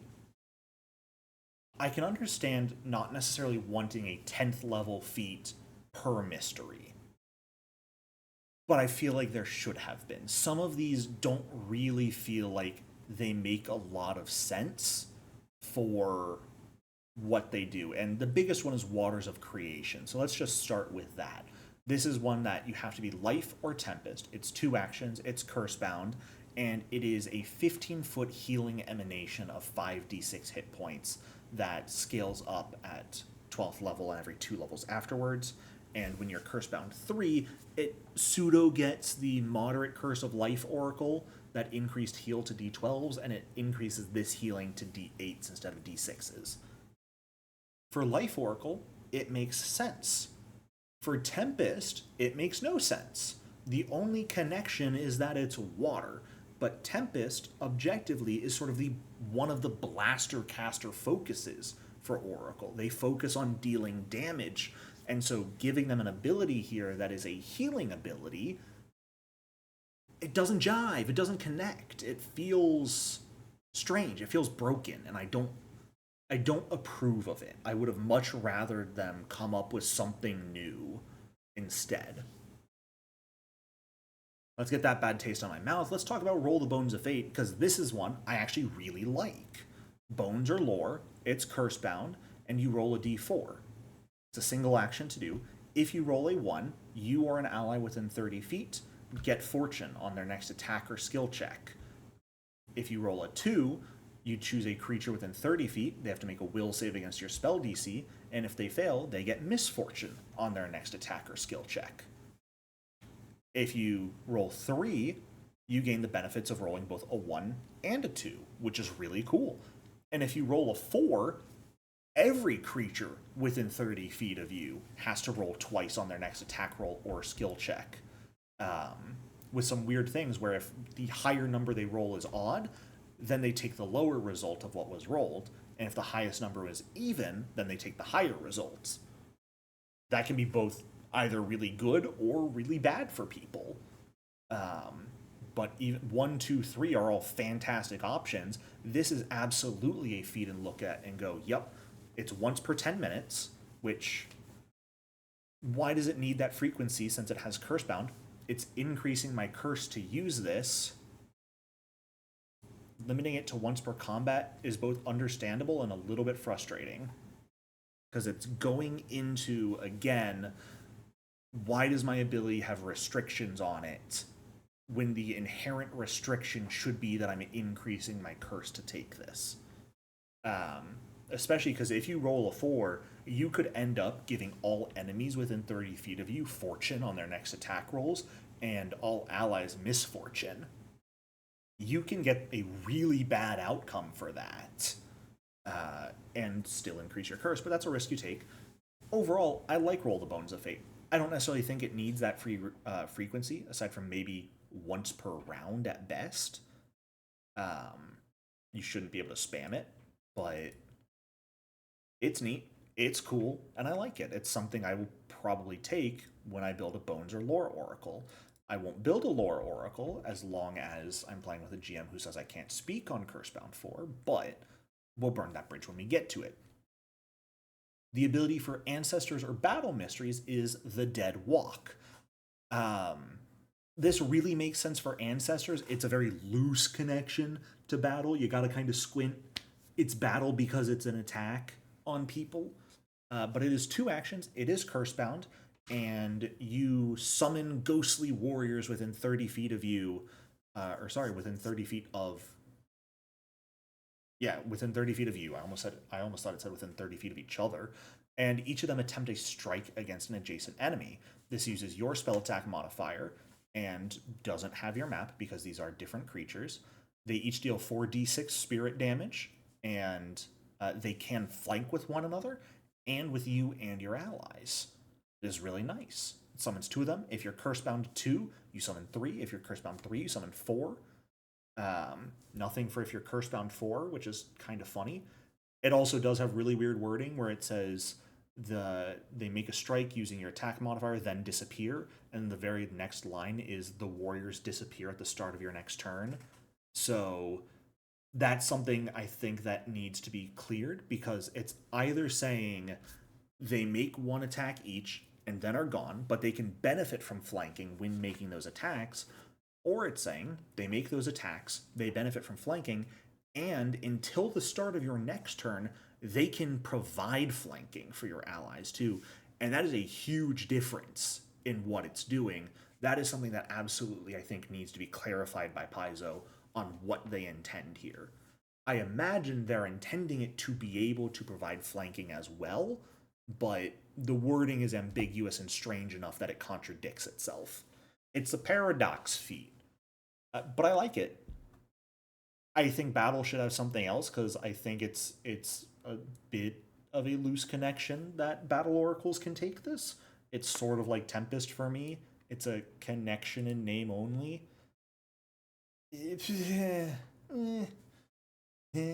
Like, if I were Battle Oracle, I'd reflavor it if I could just draw extra weapons that are going to go strike out or manifest weapons from divine power instead of summoning a ghostly warrior to make the attack.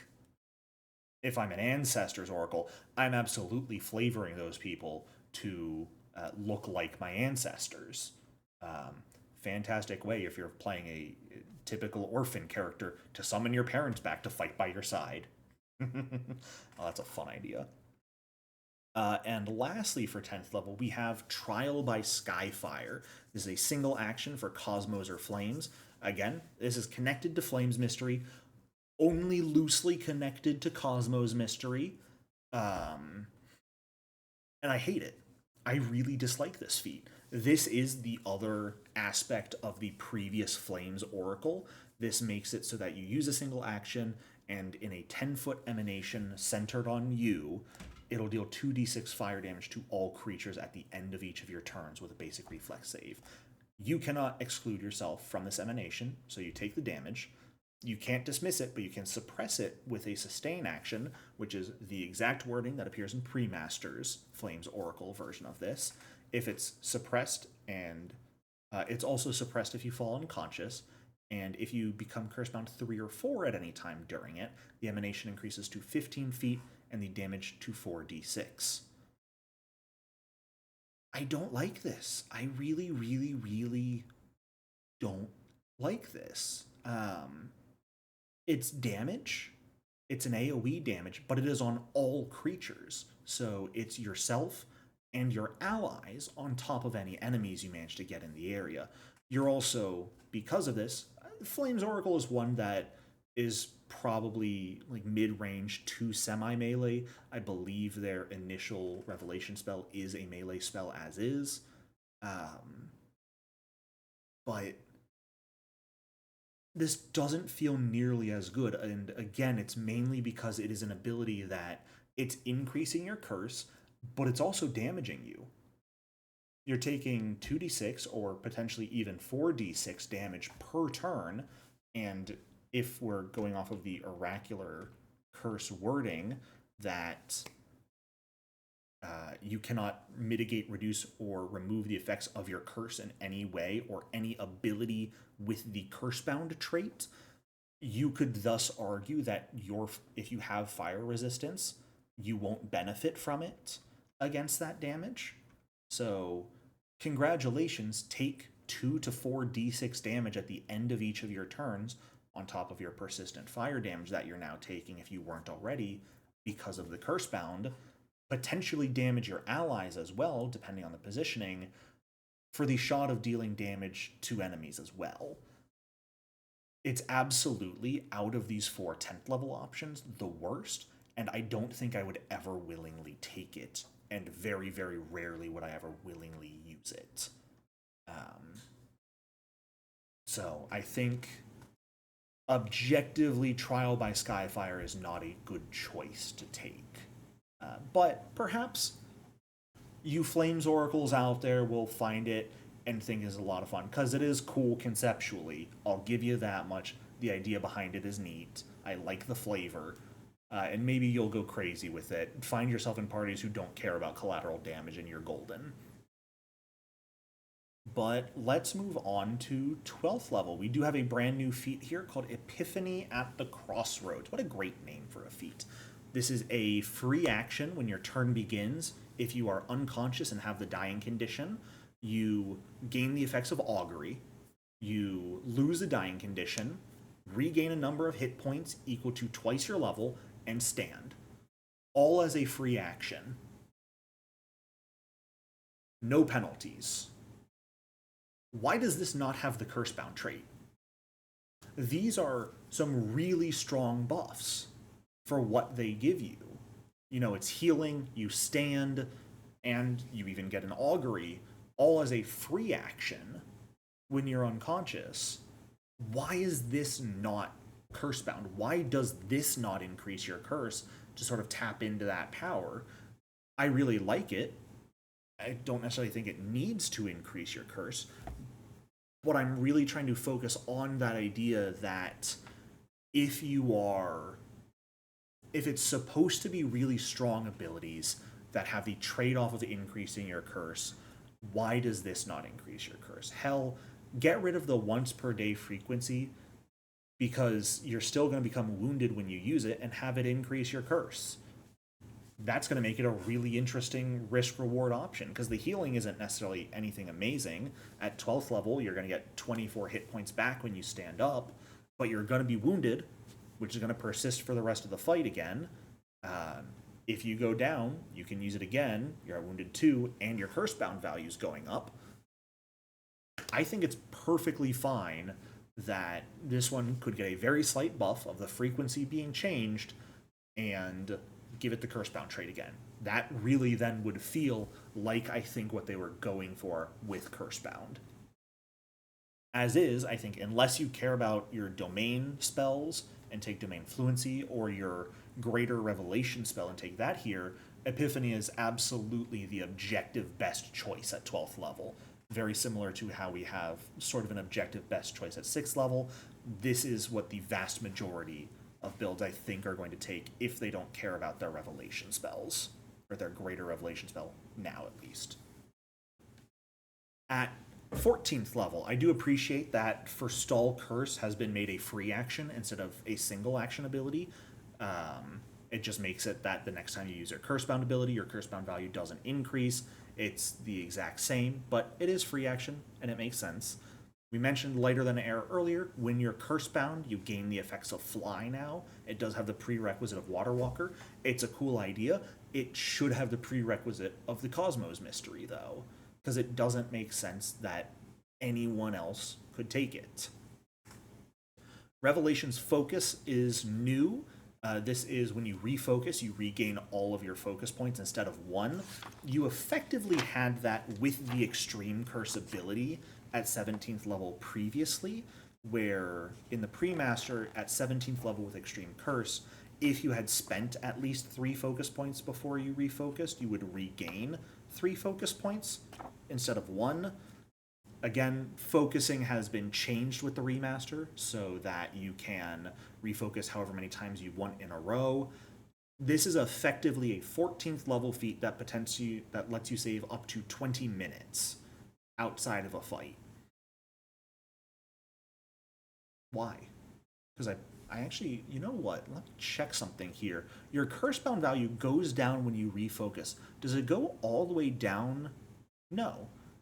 When you refocus, your Cursebound condition reduces by 1.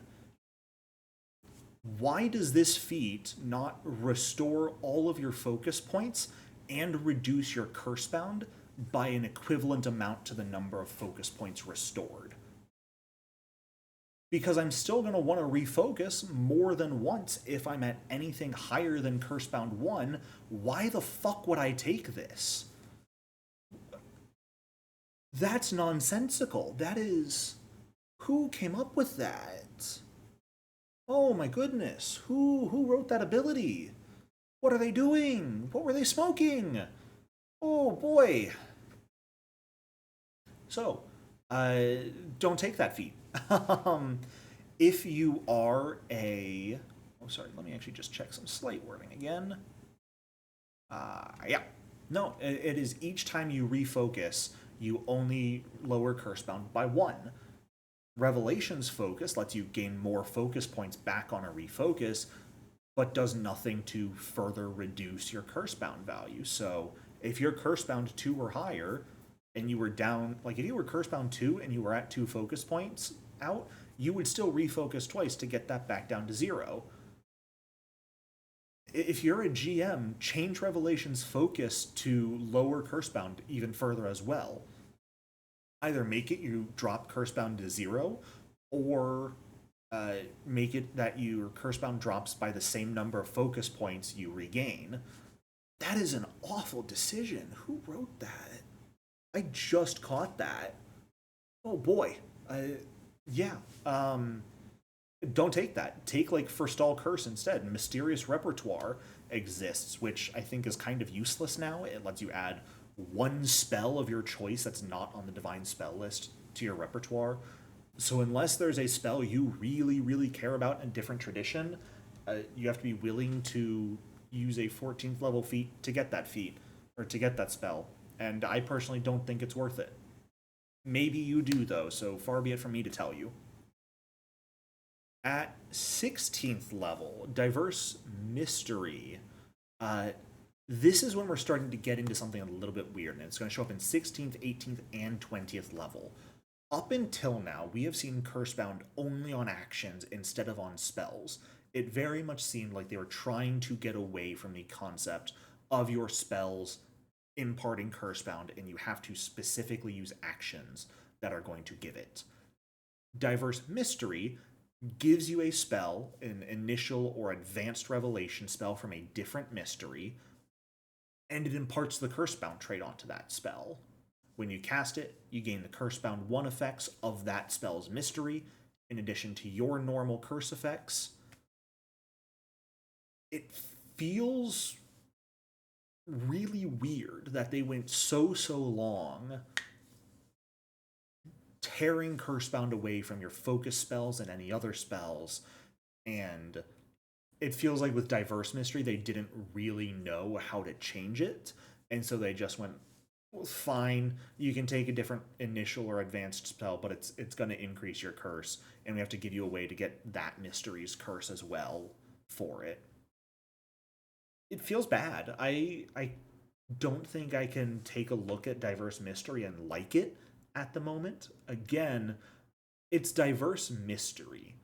I would have really, really liked if it was something completely different, if we still had mystery benefits and it gave you access to a mystery benefit of a different class. This is a 16th level feat giving you either a first or third rank focus spell and additional detriments that come with it. Why? I don't understand the design philosophy. That doesn't feel like a strong decision, especially compared to our other 16th level options. Uh, we've still got Portentous Spell, and why the fuck does it have the Manipulate trait? I'm sorry, but what dumbass wrote that in? Most enemies are going to then use a reactive strike on this spell shape. So let me calm down. Portentous Spell is a spell shape, single action to use, and it makes it that the next action that you cast a spell with after this, any creature that attempts to use a reaction triggered by your cast a spell activity takes a -2 circumstance penalty to attack rolls and skill checks rolled as part of the reaction.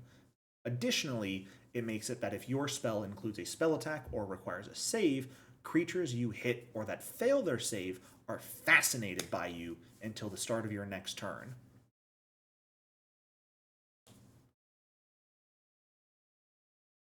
What sort of god awful shit is this? I'm sorry. But again, most enemies are going to use their reactive strike just when you use the manipulate action. They're not going to then wait for you to cast a spell where they'll have a penalty to hit you with it. Maybe an intelligent enemy would wait for you to cast the spell. Most creatures that have reactive strikes, beasts, animals, and all that are just going to hit you as soon as they see the opportunity to hit you. Um, I suppose it frees up the spell to not get reactive struck if you're still in melee, unless the target has multiple reactions uh, that trigger on different triggers, in which case, skill issue, I guess. Um, why would you not just step or stride away from the enemy and said, oh, because if you hit or they fail, they're fascinated? Fascinated is the worst fucking condition in Pathfinder 2nd Edition by a mile. That is an awful condition for what it does.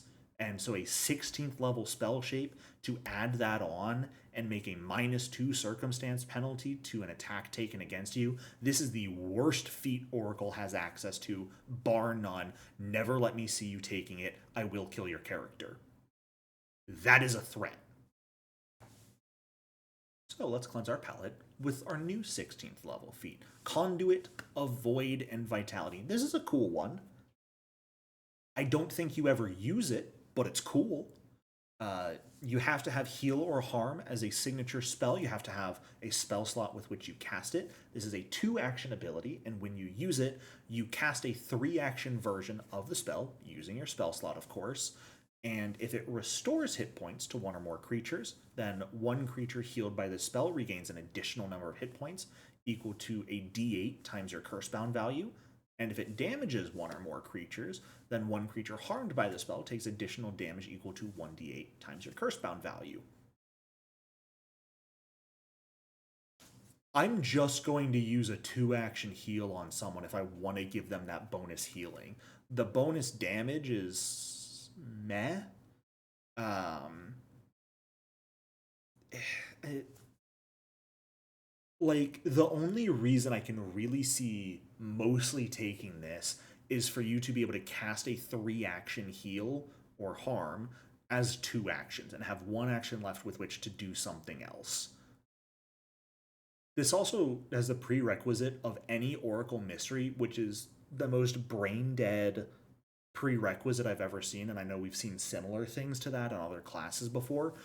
You're gonna have an Oracle mystery, In what fucking circumstances would you be able to get this feat where you don't have an Oracle mystery?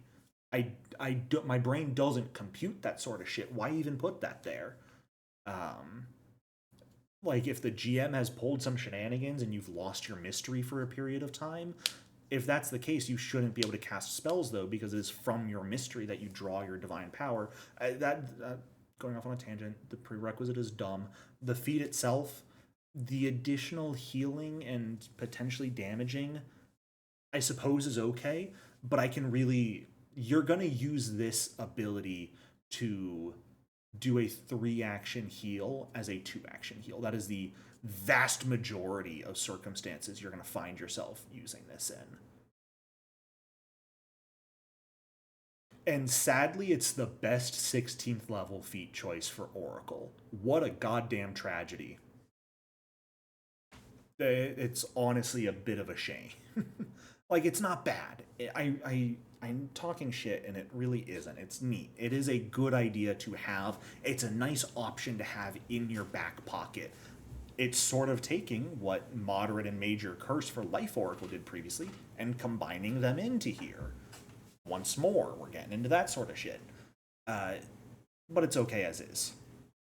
Looking at 18th level, Blaze of Revelation is... It exists still. It has been changed to require you to be at Cursebound 4 now, instead of just activating when you would be overwhelmed. This is a free action to activate when you're Cursebound 4.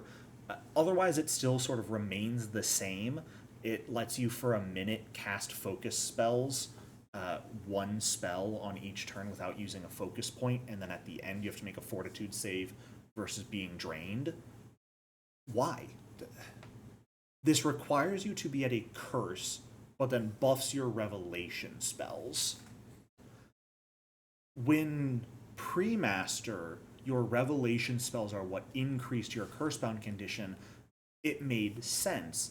Why does this not allow you to use cursebound actions while being at max curse?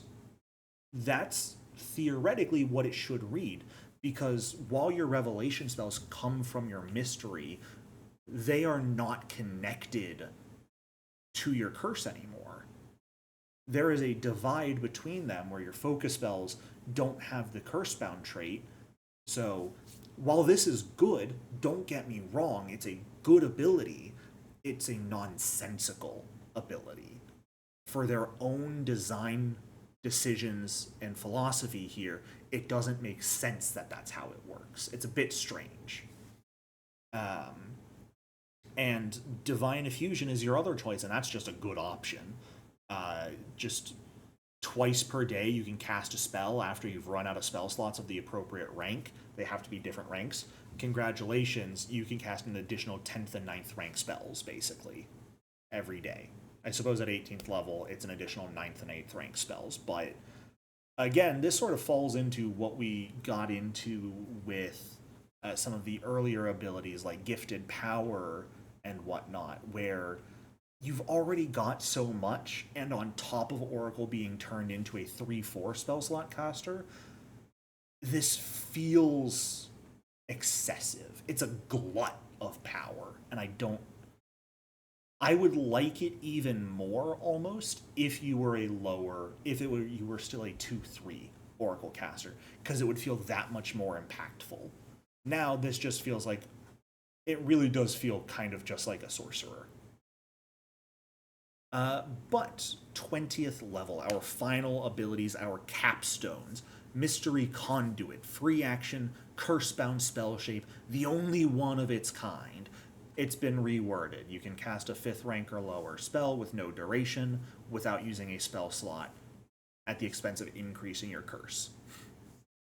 Now, I actually do want to mention something about this. It is objectively better than it was previously, simply because if you have a low rank spell, like Tailwind or False Vitality, through whatever method you animals are able to get those abilities on yourself, anything that has like an 8-hour or until daily prep duration you can use without using a spell slot, and then take 10 minutes of refocusing to just remove the curse effect.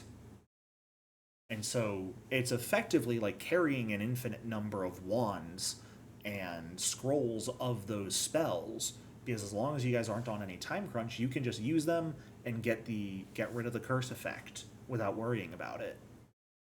So it's it's definitely better because of that. I'm not sure how worth it that makes it for a capstone. Paradoxical mystery, it's weird that it is giving you domain spell options when it requires your greater revelation as the prerequisite still. Why does it not require the domain acumen line? I don't know. I could not tell you at this point. I'm wondering if the devs of the game have gone crazy, which is a distinct possibility. They might have gone as insane as I've gone doing this rundown. And last but not least, of course, Oracular Providence, which grants you an additional 10th rank spell slot. I do think the vast majority of 20th level oracles are taking that at this point. The other options just aren't necessarily great per se. So just take that, just use it, just get your additional 10th rank spell. Take that, take Divine Effusion, have 3 10th rank spells a day, have fun, you're a wizard now. Or a sorcerer, your choice. That does it for Oracle, though. And my thoughts on the class at this point are very complex, I think. I don't think it was necessary to gain an additional spell slot of every rank, especially with the feats you can take that are giving you additional slots or letting you cast them without having to expend resources. This really feels like those additional spell slots were done at the cost of the mystery benefits, though. And I would much rather have those mystery benefits back than have the additional spell slot. Um, Losing out on those benefits feels bad, and it feels like a portion of those identities of each mystery has been shaved away. Uh, Losing out on curses that have both benefits and penalties that you get to play around with and stack up doesn't feel good to me, at least, because that was part of what really drew me to Oracle Your Curse, having those benefits that were really high highs and some really dangerous lows on top of them that you had to be aware of.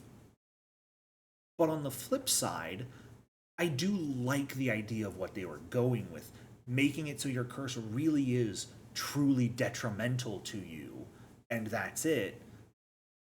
But the effects you gain to increase that should be really strong. However, when I was looking through it, like I mentioned, many of the abilities that I looked at and went, man, they could make that slightly better, put Cursebound on it, and it would sort of exactly hit what I feel like your Cursebound actions should be, a really great benefit for the penalty you're going to be hit with it.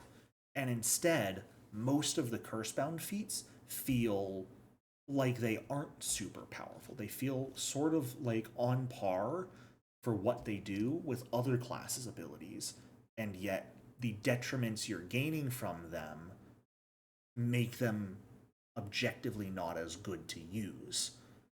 So most of the curse-bound feats just feel like bad choices to take, and I feel like we're going to start seeing a lot of oracles that don't go into their curse really at all, or very rarely they'll go to Cursebound 1, and that's about it.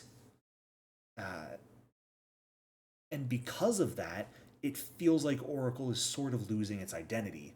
Oracle feels at that point just like any other divine spontaneous caster. It's like you decided to build a sorcerer and didn't want blood magic. You wanted to see what other options there were. And this is just one door down the hall. It's the same thing, just slightly different at this point to sorcerer, and it hurts. It definitely makes me disappointed in what they've done with it. On a different note, for if you're looking for ideas to make this better in some of the things I'm going to play around with. The first test I'm going to do is to see what Oracle looks like if you have one fewer spell slots. The mysteries have their benefits again, and we keep what they've got with Cursebound affecting you, being these different actions that apply on your traits. I do think it needs a lot of rewriting, though. I kind of want to go back to just the old curse effects, where they had both penalties and bonuses. But if that's the case, many of the curse-bound actions need to be completely reworked simply because they are those old curses. I also think something that was a really, what could have been a fantastic option but wasn't explored at all is curse-bound spell shapes. Mystery Conduit is your 20th level ability, and that is the only spell shape action that has Cursebound. Sure, you've got Knowledge of Shapes where you can make your Reach or Widen spells Cursebound, but again, that takes 2 feats to do.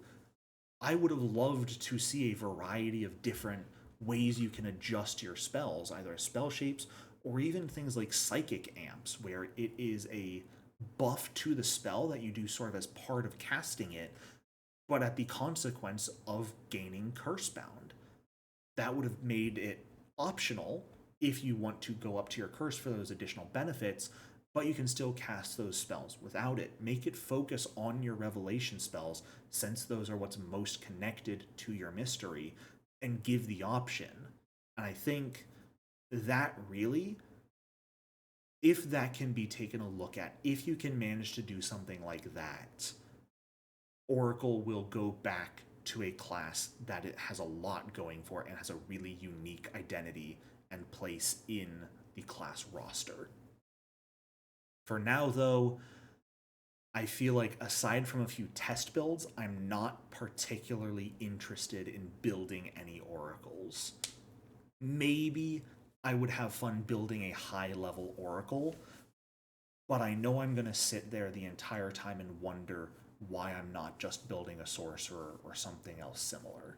So, I think at the end of the day, while it isn't per se bad, Oracle is the most disappointing class to come out of Player Core 2.